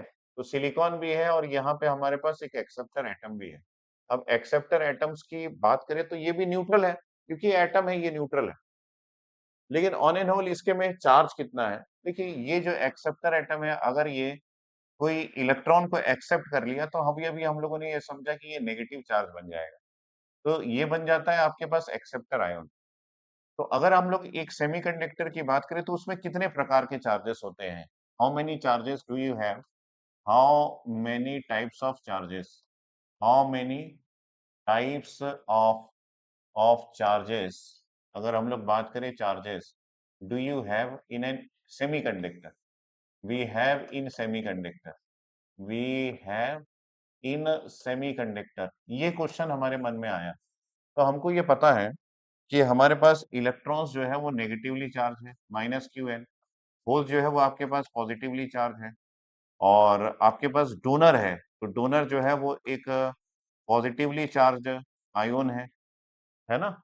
और उसी प्रकार अगर आप नेगेटिवली चार्ज की बात करें तो एक्सेप्टर एक नेगेटिवली चार्ज आयन है। तो इतने प्रकार के चार्जेस हमारे पास होते हैं और जब आप इस स्टेटमेंट को लिखेंगे कि एक सेमीकंडक्टर इलेक्ट्रिकली न्यूट्रल होता है, इसका मतलब है कि आप addition of all these charges किसी भी सेमीकंडक्टर में, चाहे वो एन टाइप का हो, चाहे पी टाइप का हो, चाहे वो इंट्रिंसिक हो, एक्सट्रिंसिक हो, आपका एक इक्वेशन बनता है। आप ध्यान से समझना, इक्वेशन ऑफ न्यूट्रलिटी। ये पॉइंट बहुत इंपॉर्टेंट है क्योंकि इससे काफी कुछ हम लोग फाइंड आउट करने वाले हैं। इक्वेशन ऑफ न्यूट्रलाइजेशन, ठीक है? ये इक्वेशन ऑफ न्यूट्रलाइजेशन आप किसी भी सेमीकंडक्टर में लगा सकते हैं। For any semiconductor, for any semiconductor हम इसको लगाएं तो ये आपके पास minus Q into N plus Q into P plus आपके पास क्यू इंटू आपके पास N D plus plus minus Q into N A minus, इन सब का एडिशन जो है वो जीरो ही होता है अगर इलेक्ट्रिकली न्यूट्रल है तो equation of neutralization for any semiconductor ये इक्वेशन है। फॉर एग्जांपल अगर हम लोग इसको इंट्रिंसिक में लगा दें, सपोज मैं इस इक्वेशन को इंट्रिंसिक सेमीकंडक्टर में लगा दूं, तो इंट्रिंसिक सेमीकंडक्टर में सबसे पहले बात, आप एक्सेप्टर एटम डोपिंग नहीं करते, आप डोनर एटम्स भी डोपिंग नहीं करते, एन डी एन ए दोनों की वैल्यू जीरो है। अगर एन डी एन ए दोनों की वैल्यू जीरो है तो इस इक्वेशन के थ्रू आपको ये मिलेगा minus Q into N plus Q into P is equal to zero, और आप अल्टीमेटली देख सकते हैं कि इस इक्वेशन को आप n is equal to p से रिप्रेजेंट कर सकते हैं। ठीक है, आप बोलेंगे कि सर हम इसको इंट्रिंसिक में लगाने के बजाय इसको मैं पी टाइप के सेमीकंडक्टर में अप्लाई करता हूँ। जब आप इसको पी टाइप के सेमीकंडक्टर में अप्लाई करेंगे तो पी टाइप के सेमीकंडक्टर में आपके पास डोनर के एटम्स के कंसंट्रेशन जीरो होता है, एनडी की वैल्यू आपके पास जीरो है। ठीक है, आपके पास सिर्फ और सिर्फ Na होता है। तो आपका इक्वेशन, यही इक्वेशन जो इक्वेशन नंबर 1 है, सपोज इस इक्वेशन को आप क्यों लिख सकते हैं, q into N plus Q into p, और ये आपके पास माइनस क्यू इंटू आपका Na minus is equal to zero, ये आप लिखेंगे। ठीक है, यहाँ पे एक और कंडीशन है कि आपके पास इलेक्ट्रॉन का कंसंट्रेशन बहुत बहुत लेस होता है होल्स के कंसंट्रेशन से, क्योंकि पी टाइप के सेमीकंडक्टर में मेजॉरिटी चार्ज कैरियर्स आपके पास होल्स है। तो इस कंडीशन में अगर हम लोग n की वैल्यू p की वैल्यू n की वैल्यू p की वैल्यू से बहुत कम लेते हैं, तो आपके पास plus q into P is equal to minus आपके पास यहाँ पे q इंटू एन ए, ऐसा इक्वेशन तैयार हो जाएगा by ignoring the value of electrons. इसको मैंने इग्नोर किया है, ऐसा नहीं कि ऐसा नहीं कि ये नहीं होता है, ये होता है, बट अगर आप ऐड कर रहे हैं तो in the presence of P इसकी वैल्यू बहुत कम होती है। तो हमारे पास यहाँ पे एन ए जो है वो पी के बराबर हो जाएगा, या फिर एन ए माइनस आपके पास पी के बराबर हो गया। तो इस कंडीशन को भी अगर आप देखेंगे तो ये नेगेटिव आयन जो है वो होल्स के बराबर है, तो इसका मतलब है नेगेटिव और पॉजिटिव बराबर है। तो ये मैथमेटिकल वे है रिप्रेजेंटेशन का कि आपका पी टाइप का सेमीकंडक्टर इलेक्ट्रिकली न्यूट्रल है। सर थ्योरेटिकल वे क्या है रिप्रेजेंटेशन का? अगर हम लोग थ्योरेटिकली बात करें तो पी टाइप के सेमीकंडक्टर में आपने एक्सेप्ट एटम्स को डोपिंग किया है, कोई आयन को डोपिंग नहीं किया है। और उस पी टाइप के सेमीकंडक्टर में ऑलरेडी आपके पास एक इंट्रिंसिक सेमीकंडक्टर था, मतलब सिलिकॉन के एटम्स थे। तो सिलिकॉन का एटम है जो कि न्यूट्रल है, आपने उसमें एक्सेप्टर एटम को डोपिंग किया जो न्यूट्रल है। और अभी-अभी हम लोगों ने डिस्कस किया कि कोई भी इलेक्ट्रॉन बाहर नहीं जा सकता या बाहर से कोई इलेक्ट्रॉन अंदर नहीं आ सकता। तो इस कंडीशन में एटम का एटम के साथ कॉम्बिनेशन, मतलब न्यूट्रल का न्यूट्रल के साथ कॉम्बिनेशन, तो इलेक्ट्रिकली न्यूट्रल ही हुआ। और उस चीज को अगर हम मैथमेटिकली रिप्रेजेंट करना चाहें कि एक पी टाइप का सेमीकंडक्टर इलेक्ट्रिकली न्यूट्रल होता है, मैथ्स में कैसे रिप्रेजेंट करेंगे? तो आपके पास Na माइनस जो है वो पी के बराबर होता है। इसी वजह से कई बार बोला जाता है कि होल्स का कंसंट्रेशन अगर आपको कैलकुलेट करना है पी टाइप के सेमीकंडक्टर में जो कि मेजॉरिटी चार्ज कैरियर्स है, तो उसका कंसंट्रेशन जितना भी आपने एक्सेप्टर एटम डोपिंग किया है उसके बराबर होता है। बहुत इंटरेस्टिंग है। ठीक है, तो ये आपका पी टाइप का सेमीकंडक्टर हो गया। अब आप इसी बात को एक एन टाइप के सेमीकंडक्टर में एग्जीक्यूट करके देखिए। आपके पास एक एन टाइप का सेमीकंडक्टर है और इसी बात को आप एग्जीक्यूट करके देखिए। एन टाइप के सेमीकंडक्टर में आपके पास एक्सेप्टर एटम्स का कंसंट्रेशन जीरो होता है, डोनर एटम्स का कंसंट्रेशन आपके पास नॉन जीरो होता है, और आपका एन का कंसंट्रेशन बहुत ज्यादा होता है पी के कंसंट्रेशन से। अब इसमें आप इक्वेशन नंबर 1 को रिप्रेजेंट करो तो आपको ये पता चलेगा कि आपके पास Q इंटू एन माइनस, ये माइनस हो गया, प्लस Q इंटू पी, है ना, जो इक्वेशन है, माइनस Q इंटू आपके पास Na माइनस है प्लस Q इंटू आपके पास Nd प्लस है, ये आयोन है, इज इक्वल टू जीरो। ये इलेक्ट्रिकली न्यूट्रल के लिए इक्वेशन है। अब आप देखिए कि आपके पास यहाँ पे Na की वैल्यू जीरो है, तो ये Na नहीं है, और आपका n जो है वो p के वैल्यू के से बहुत ज्यादा है। तो इसका मतलब है आप यहाँ पे लिख सकते हैं माइनस क्यू इंटू एन, क्योंकि इसको इग्नोर करके चल रहा हूं मैं, ये plus Q into N D plus, अगर हम लोग यहाँ पे लिखे that will be equal to zero. तो आपके पास n की वैल्यू जो है वो एन डी प्लस के वैल्यू के बराबर है। ठीक है, तो ये इक्वेशन जो है हमको ये बताता है, और एन डी प्लस जो है वो आपका एन डी के बराबर है। ये भी हम लोग सोचेंगे। अभी के लिए तो आपके पास ये जो इलेक्ट्रॉन्स का कंसंट्रेशन है और डोनर आयन का कंसंट्रेशन ये दोनों बराबर है। तो मैथमेटिकली आप इसको इस तरीके से रिप्रेजेंट कर सकते हैं। ये आपको ये बताता है कि आपका सेमीकंडक्टर इलेक्ट्रिकली न्यूट्रल है। लेकिन थ्योरेटिकली कैसे समझेंगे? आप देखिए जब आप एन टाइप के सेमीकंडक्टर की बात करते हैं, तो आपके पास ऑलरेडी सिलिकॉन का एटम्स है और सिलिकॉन के एटम्स में आप डोनर एटम्स को ऐड कर रहे हैं। तो सिलिकॉन के एटम्स में अगर आप डोनर एटम्स को ऐड कर रहे हैं, तो डोनर एटम न्यूट्रल है, एटम बढ़ रहे हैं तो न्यूट्रल ही होगा ना। और आपके पास सिलिकॉन का एटम है तो वो भी न्यूट्रल है। तो न्यूट्रल को न्यूट्रल में ऐड कर रहे हैं तो आपका चार्ज भी एन टाइप के सेमीकंडक्टर का कैसा होगा? सर वो न्यूट्रल होगा, ठीक है? वो न्यूट्रल होगा, तो हम न्यूट्रल मानते हैं। तो चाहे पी टाइप का सेमीकंडक्टर है, चाहे एन टाइप का सेमीकंडक्टर है, चाहे इंट्रिंसिक सेमीकंडक्टर है, सभी एटम से ही बनता है। और उस सेमीकंडक्टर के बनने के बाद कोई भी इलेक्ट्रॉन्स, कोई भी होल्स आप बाहर से ना अंदर ऐड कर पाते हैं, ना अंदर से बाहर भेज पाते हैं। तो अल्टीमेटली सारी चीज़ें उसी के अंदर ही है, कोई भी चीज़ बाहर तो नहीं जा रही है। तो आपका सेमीकंडक्टर इलेक्ट्रिकली न्यूट्रल हो गया। तो ये बताता है कि आपके पास जितने भी सेमीकंडक्टर हैं, वो इलेक्ट्रिकली न्यूट्रल है। अब हम यहाँ पे एक इक्वेशन जैसे यहाँ पे Na माइनस को P के बराबर कर दिए, यहाँ पे Nd प्लस को N के बराबर कर दिए, तो इससे हमको ये भी पता चलता है कि जो आपके पास मान लीजिए आपने Nd amount of donor atoms add किए और ये सारे डोनर एटम्स जो है वो आयोनाइज हो गए, है ना? आयोनाइज हो गए। आयोनाइज कितने हुए? 100%। जितने भी आपने डोनर एटम्स ऐड किए थे, ये 100% आयोनाइज हो गए, ठीक है? अगर 100% आयोनाइज हो गए, है ना? अगर 100% सभी के सभी आयोनाइज हो गए, आपको यहाँ पे क्या पढ़ना है कि अगर ये 100% आयोनाइज हो गए, तो आपने जितने डोनर एटम्स ऐड किए थे, उतने ही डोनर आयोन्स भी आपको मिल जाएंगे, है ना? तो अगर डोनर एटम्स और डोनर आयोन्स दोनों का कंसंट्रेशन बराबर है, इसका मतलब है कि आपके पास जितने आयोन्स है, उतने ही इलेक्ट्रॉन्स हैं। तो आपके पास यहाँ से हम लोग ये बोलना चाहें कि Nd प्लस के बराबर आपके पास इलेक्ट्रॉन्स है। तो इससे हम क्या कर सकते हैं? हम ये कैलकुलेट कर सकते हैं किसी सेमीकंडक्टर में मेजॉरिटी चार्ज कैरियर्स कितना है? क्योंकि एन टाइप के सेमीकंडक्टर में मेजॉरिटी एन टाइप के सेमीकंडक्टर में मेजॉरिटी चार्ज कैरियर्स इलेक्ट्रॉन्स होते हैं और इलेक्ट्रॉन्स का कंसंट्रेशन डोनर आयोन्स के कंसंट्रेशन के बराबर होता है और 100% आयोनाइजेशन है तो यही कंसंट्रेशन आपका एनडी के बराबर होता है। आप 100% आयोनाइजेशन का मीनिंग तो समझ रहे हैं ना? 100% आयोनाइजेशन मतलब आपने अगर 10 एटम डोप किए, 10 के 10 एटम आयोनाइज हो गए, तो इसका मतलब है 100% आयोनाइजेशन। आयोनाइज हो गए, इसका मतलब है सारे एटम्स के इलेक्ट्रॉन्स उसको छोड़ के चले गए, तो सारे एटम्स जो है वो आयोनाइज हो गए। तो 100% आयोनाइजेशन एक वर्ड है या फिर आपको ये मिलेगा कि फुल्ली आयोनाइजेशन, फुल्ली आयोनाइज्ड, ये भी एक वर्ड है जो आपको देखने को मिलेगा। फुल्ली आयोनाइज्ड, 100% आयोनाइजेशन, ये सारे वर्ड्स हैं। इसके थ्रू हम ये समझना चाहते हैं कि आपके पास जितने भी ये सिंपली यही रिलेशन है कि Nd प्लस जो है वो Nd के बराबर है, ठीक है? सर अगर 100% आयोनाइजेशन ना हो, आप ये बोल रहे हैं कि सर अगर 50% आयोनाइजेशन हो, मतलब जितने एटम्स हम लोगों ने ड्रॉप किए हैं, उसमें से सारे के सारे आयोनाइज नहीं हुए, सिर्फ 50% आयोनाइजेशन किसी सेमीकंडक्टर का हुआ है, तो उस केस में आप ये लिख सकते हैं कि आपके पास डोनर आयोन्स जो है, वो आपके पास 50 डिवाइडेड बाय 100 हो गया। आपके पास टोटल एटम्स आपने जितने डोप किया था। तो यहाँ पे Nd प्लस जो है वो आपके पास मिल जाएगा 0.5, है ना? Of Nd। तो ये हो गया आपका 50% आयोनाइजेशन का मतलब। परसेंटेज आयोनाइजेशन का मतलब है यहाँ पे अगर हम लोग इक्वेशन, नॉर्मल इक्वेशन लिखें, एक नॉर्मल या फिर जनरल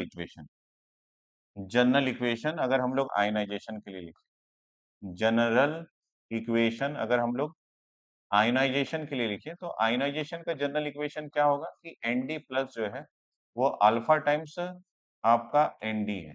तो यहाँ पे अल्फा की वैल्यू 1 होगी अगर आपका 100% आयोनाइजेशन के केस चल रहा है, मतलब जितने एटम्स आपने डोप किए हैं सारे आयनाइज हो गए, तो बाय डिफॉल्ट हम लोग इसी केस को लेके चलते हैं। अभी तक गेट में ऐसा कोई क्वेश्चन नहीं आया जिसमें 50% आयोनाइजेशन या कोई और बात की गई होगी। बाय डिफॉल्ट हम ये लेके चलते हैं कि 100% आयोनाइजेशन सेमीकंडक्टर का हो गया है। और अगर आप बोले कि सर 50% आयोनाइजेशन में अल्फा की वैल्यू क्या होगी तो ये 0.5 होगी।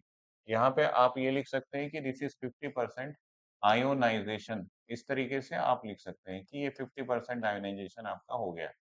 ठीक है, तो परसेंटेज आयोनाइजेशन के अकॉर्डिंग आप ये कैलकुलेट कर सकते हैं कि आपने कितने आयोन्स आपको मिले हैं, अगर आपने डोनर एटम्स को डोपिंग किया होगा। यही चीज पी टाइप के सेमीकंडक्टर में भी लागू होता है। सपोज अगर हम पी टाइप के सेमीकंडक्टर की बात कर रहे हैं, सपोज हमारे पास पी टाइप का सेमीकंडक्टर है, तो 100% आयोनाइजेशन में 100% आयोनाइजेशन या फिर फुल्ली आयोनाइजेशन, जो कि सारे क्वेश्चंस में लिखा रहेगा, लेकिन अगर नहीं भी लिखा है तो हम 100% आयोनाइजेशन बाय डिफॉल्ट लेके चलते हैं। तो 100% आयोनाइजेशन के केस में आपने जितने भी एक्सेप्टर एटम्स डोप किए हैं, वो सारे एक्सेप्टर एटम्स जो है वो आपके आयोन्स बन जाएंगे। तो यहाँ पे Na- जो है वो Na के बराबर है। ये आपका पहला केस है। लेकिन अगर आपको 50% आयोनाइजेशन या फिर कोई 70% आयोनाइजेशन जो भी कुछ दिया रहा है, तो उसके अकॉर्डिंग आप इसको चेंज कर सकते हैं कि आपके पास यहाँ पे Na- जो है वो आपके पास कितना मिल जाएगा, दिस इज 50% या फिर 0.5 ऑफ Na, तो ये आपको कम मिल जाएगा। ठीक है, जो भी आयोनाइजेशन होंगे उतने ही नंबर ऑफ होल्स आपको मिलेंगे, क्योंकि जितना आयोन्स का संख्या होता है, जैसे Na- की संख्या जितनी होगी उतने ही नंबर ऑफ होल्स मिलेंगे। ये हम लोगों ने अभी अभी प्रूफ किया। अगर आप देखेंगे तो यहाँ पे हम लोगों ने प्रूफ किया यहाँ पे। ठीक है, ये देखिए Na- is equal to P, ये हम लोगों ने प्रूफ किया। तो सभी सेमीकंडक्टर इलेक्ट्रिकली न्यूट्रल होते हैं, और जब भी आप एटम्स को ऐड करेंगे, एटम्स का आयोनाइजेशन नॉर्मल 300 केल्विन के टेम्परेचर में हो ही जाता है। तो इस केस को हम लोग इस तरीके से लेते हैं। तो ये इक्वेशन बहुत ही इंपॉर्टेंट है। सर, इस आयोनाइजेशन से हम लोग किस तरीके के क्वेश्चन एक्सपेक्ट कर सकते हैं? देखिए, आपको जो क्वेश्चंस मिलेंगे उसमें ये लिखा रहेगा कि 50% ionization, 100% ionization, fully ionized atoms. उस केस में आपको हमेशा ना मेजॉरिटी चार्ज कैरियर्स कैलकुलेट करने में हेल्प मिलेगा। जैसे एन टाइप के सेमीकंडक्टर में आप जितने एटम्स हैं उसके बराबर के इलेक्ट्रॉन्स कैलकुलेट कर सकते हैं, और पी टाइप के सेमीकंडक्टर में जितने एटम्स हैं, जितने भी आपने एक्सेप्टर एटम्स डाले हैं, उतने आप होल्स का मेजरमेंट कर सकते हैं। तो होल्स का मेजरमेंट पी टाइप के सेमीकंडक्टर में और इलेक्ट्रॉन्स का मेजरमेंट एन टाइप के सेमीकंडक्टर में, ये मेजर करने के लिए आपको यहाँ पे इक्वेशन ऑफ आयोनाइजेशन, जो न्यूट्रलाइजेशन इक्वेशन मैंने आपको बताया, उसको यूज करके आप प्रूफ कर सकते हैं कि वो कितना परसेंट आयोनाइजेशन है और आप उसका मेजॉरिटी चार्ज कैरियर्स क्या है। तो मैं आपको यही बताने की कोशिश कर रहा हूँ कि ये जो इक्वेशन ऑफ आयोनाइजेशन है, we can calculate we can calculate we can calculate calculate majority concentration. तो यहाँ पे आप मेजॉरिटी कंसंट्रेशन, चाहे एन टाइप का हो, we can calculate majority concentration in extrinsic semiconductor. Extrinsic semiconductor में मेजॉरिटी कैलकुलेशन के लिए आप इसको यूज कर सकते हैं। जैसे फॉर एग्जांपल, अगर हम लोग बात करें कि हमारे पास एन टाइप का सेमीकंडक्टर है, तो एन टाइप के सेमीकंडक्टर में इलेक्ट्रॉन्स का concentration in an type semiconductor अगर आपको कैलकुलेट करना है, तो आप यहाँ पे से डायरेक्टली लिख सकते हैं कि ये एनडी के बराबर होगा। और उसी प्रकार अगर आप पी टाइप के सेमीकंडक्टर की बात कर रहे हैं और आपको मेजॉरिटी कंसंट्रेशन 3p कैलकुलेट करना है, तो आप Na के बराबर लिख सकते हैं। ये सारा चीज 100% आयोनाइजेशन के केस में डायरेक्टली लिख सकते हैं, और अगर आपको 50% या कुछ और दिया गया है तो उसके अकॉर्डिंग देख सकते हैं। तो यहाँ पे मैंने 100% आयोनाइजेशन का केस आपके लिए लिखा है। आयनाइजेशन का केस आपके लिए लिखा है। ठीक है, मेरी बात को समझना, ये बहुत इंपॉर्टेंट है। ठीक है, तो मेजॉरिटी कैलकुलेशन हमेशा ऐसा ही किया जाता है। तो क्वेश्चन ये आता है कि सर माइनॉरिटी कैलकुलेशन कैसे किया जाए? चलिए, तो इसके साथ काफी सारी थ्योरीज हम लोगों ने देख लिया, काफी सारा मैथमेटिकल कैलकुलेशन कैसे होता है ये हम लोगों ने समझ लिया। एक P type semiconductor, N type semiconductor reach करना बहुत जरूरी था हमारे 5 सेशन के बाद, क्योंकि हम एक्चुअली में जो गेट के क्वेश्चंस आते हैं वो basically P type semiconductor, N type semiconductor से ही रिलेटेबल आते हैं। तो हमने सारा कुछ समझ लिया। एक छोटा सा कंसेप्ट और है, that is how to calculate minority charge carrier concentration. उसके लिए हम मास एक्शन लॉ को कैसे यूज करते हैं, ये हम देखेंगे नेक्स्ट लेक्चर में। आज का लेक्चर इतना ही, लेकिन जाने से पहले मैं आपको बता दूं कि अनअकैडमी के काफी सारे ऑफर्स जो है वो अभी रनिंग है, और ये जो ऑफर्स है ये अभी अगर आप एनरोल कर लेते हैं तो आपको 55% का ऑफ मिलेगा। ये अनअकैडमी के लर्नर्स हैं जिन्होंने लास्ट ईयर बहुत अच्छा रैंक लेके आए, मतलब हम बात करें तो EIR 1 इनका आया है। 7 ऐसे डिफरेंट ब्रांचेस के लर्नर्स हैं। इसके अलावा हम बात करें यहाँ पे कि आपको अभी बिगेस्ट ऑफर मिल रहा है, दैट इज अनअकैडमी उत्सव 2024 दीपावली के मौके पे फ्लैट 55% और 1 मंथ का एक्सटेंशन आपको फ्री मिल रहा है और ये 30 अक्टूबर तक वैलिड है। तो आप 30 अक्टूबर के पहले इसमें एनरोल कर लें। यहाँ पे आपको क्रैश कोर्स ज्वाइन करने के लिए बोला जा रहा है। तो क्रैश कोर्स ज्वाइन कर सकते हैं आप 5499 में। इसमें सारे सब्जेक्ट के क्रैश कोर्स आपको मिल जाएंगे। अगर आप गेट की तैयारी कर रहे हैं और गेट 2026 या फिर 2027 का प्लान कर रहे हैं, तो 15 मंथ एंड 24 मंथ का कोर्स आपको 14,999 में और 19,999 के प्राइस में आपको मिल जाएगा। आपको यहाँ पे कोड यूज करना पड़ेगा और मैं कोड आपको बता देता हूँ। आपको जो कोड यूज करना है, दैट कोड इज SD।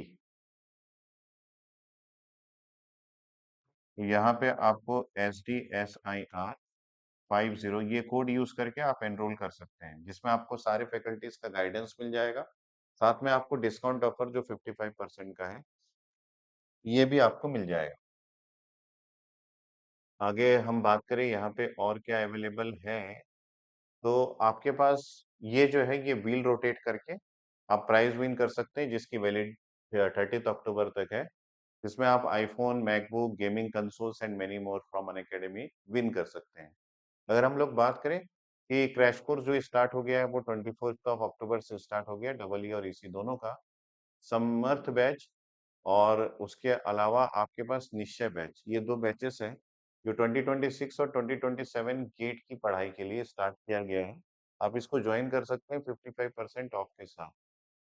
अगर आप गेट का कोर्सेस लेते हैं तो आपको वो 2 मोड में मिलेगा, एक आइकॉनिक मोड और एक प्लस मोड। आइकॉनिक मोड में जो मैंने आपको सारा कुछ बताया कि इंटरेक्टिव क्लासेस आपकी चलती है, स्ट्रक्चर्ड कोर्स आपको मिल जाएगा, पीडीएफ आपको मिल जाएंगे, लाइव टेस्ट क्विजेस आपको मिल जाएगा, डिजिटल बुक्स आपको मिल जाएगा। लेकिन आइकॉनिक का बेनिफिट ये है कि यहाँ पे 1 टू 1 लाइव मेंटरशिप आपको मिल जाता है। मतलब फैकल्टी 1 बाय 1 आपको गाइड करेगा और दूसरा आपको यहाँ पे फिजिकल बुक्स मिल जाता है एडिशनली, जो प्लस के फीचर्स है उसके अलावा।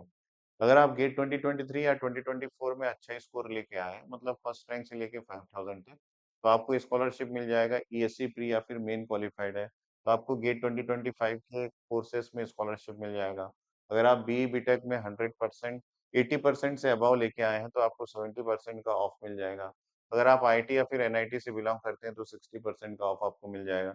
अगर आप टॉप नेशनली फंडेड कॉलेजेस से बिलोंग करते हैं तो आपको 55% का बेनिफिट आपको मिल जाएगा। जैसे कि मैंने आपको बताया था, ये आइकॉनिक सब्सक्रिप्शन के स्टूडेंट्स को फिजिकल बुक्स मिलते हैं। यहाँ पे फिजिकल बुक्स आप देख सकते हैं, electromagnetic field theory, network theory, electrical and electronic measurement, digital electronics, electrical machine, power system, power electronics, analog electronics, signal system, control system, engineering mathematics और एप्टीट्यूड के बुक्स जो है वो आपको 15 डेज के अंदर होम डिलीवर्ड किया जाएगा।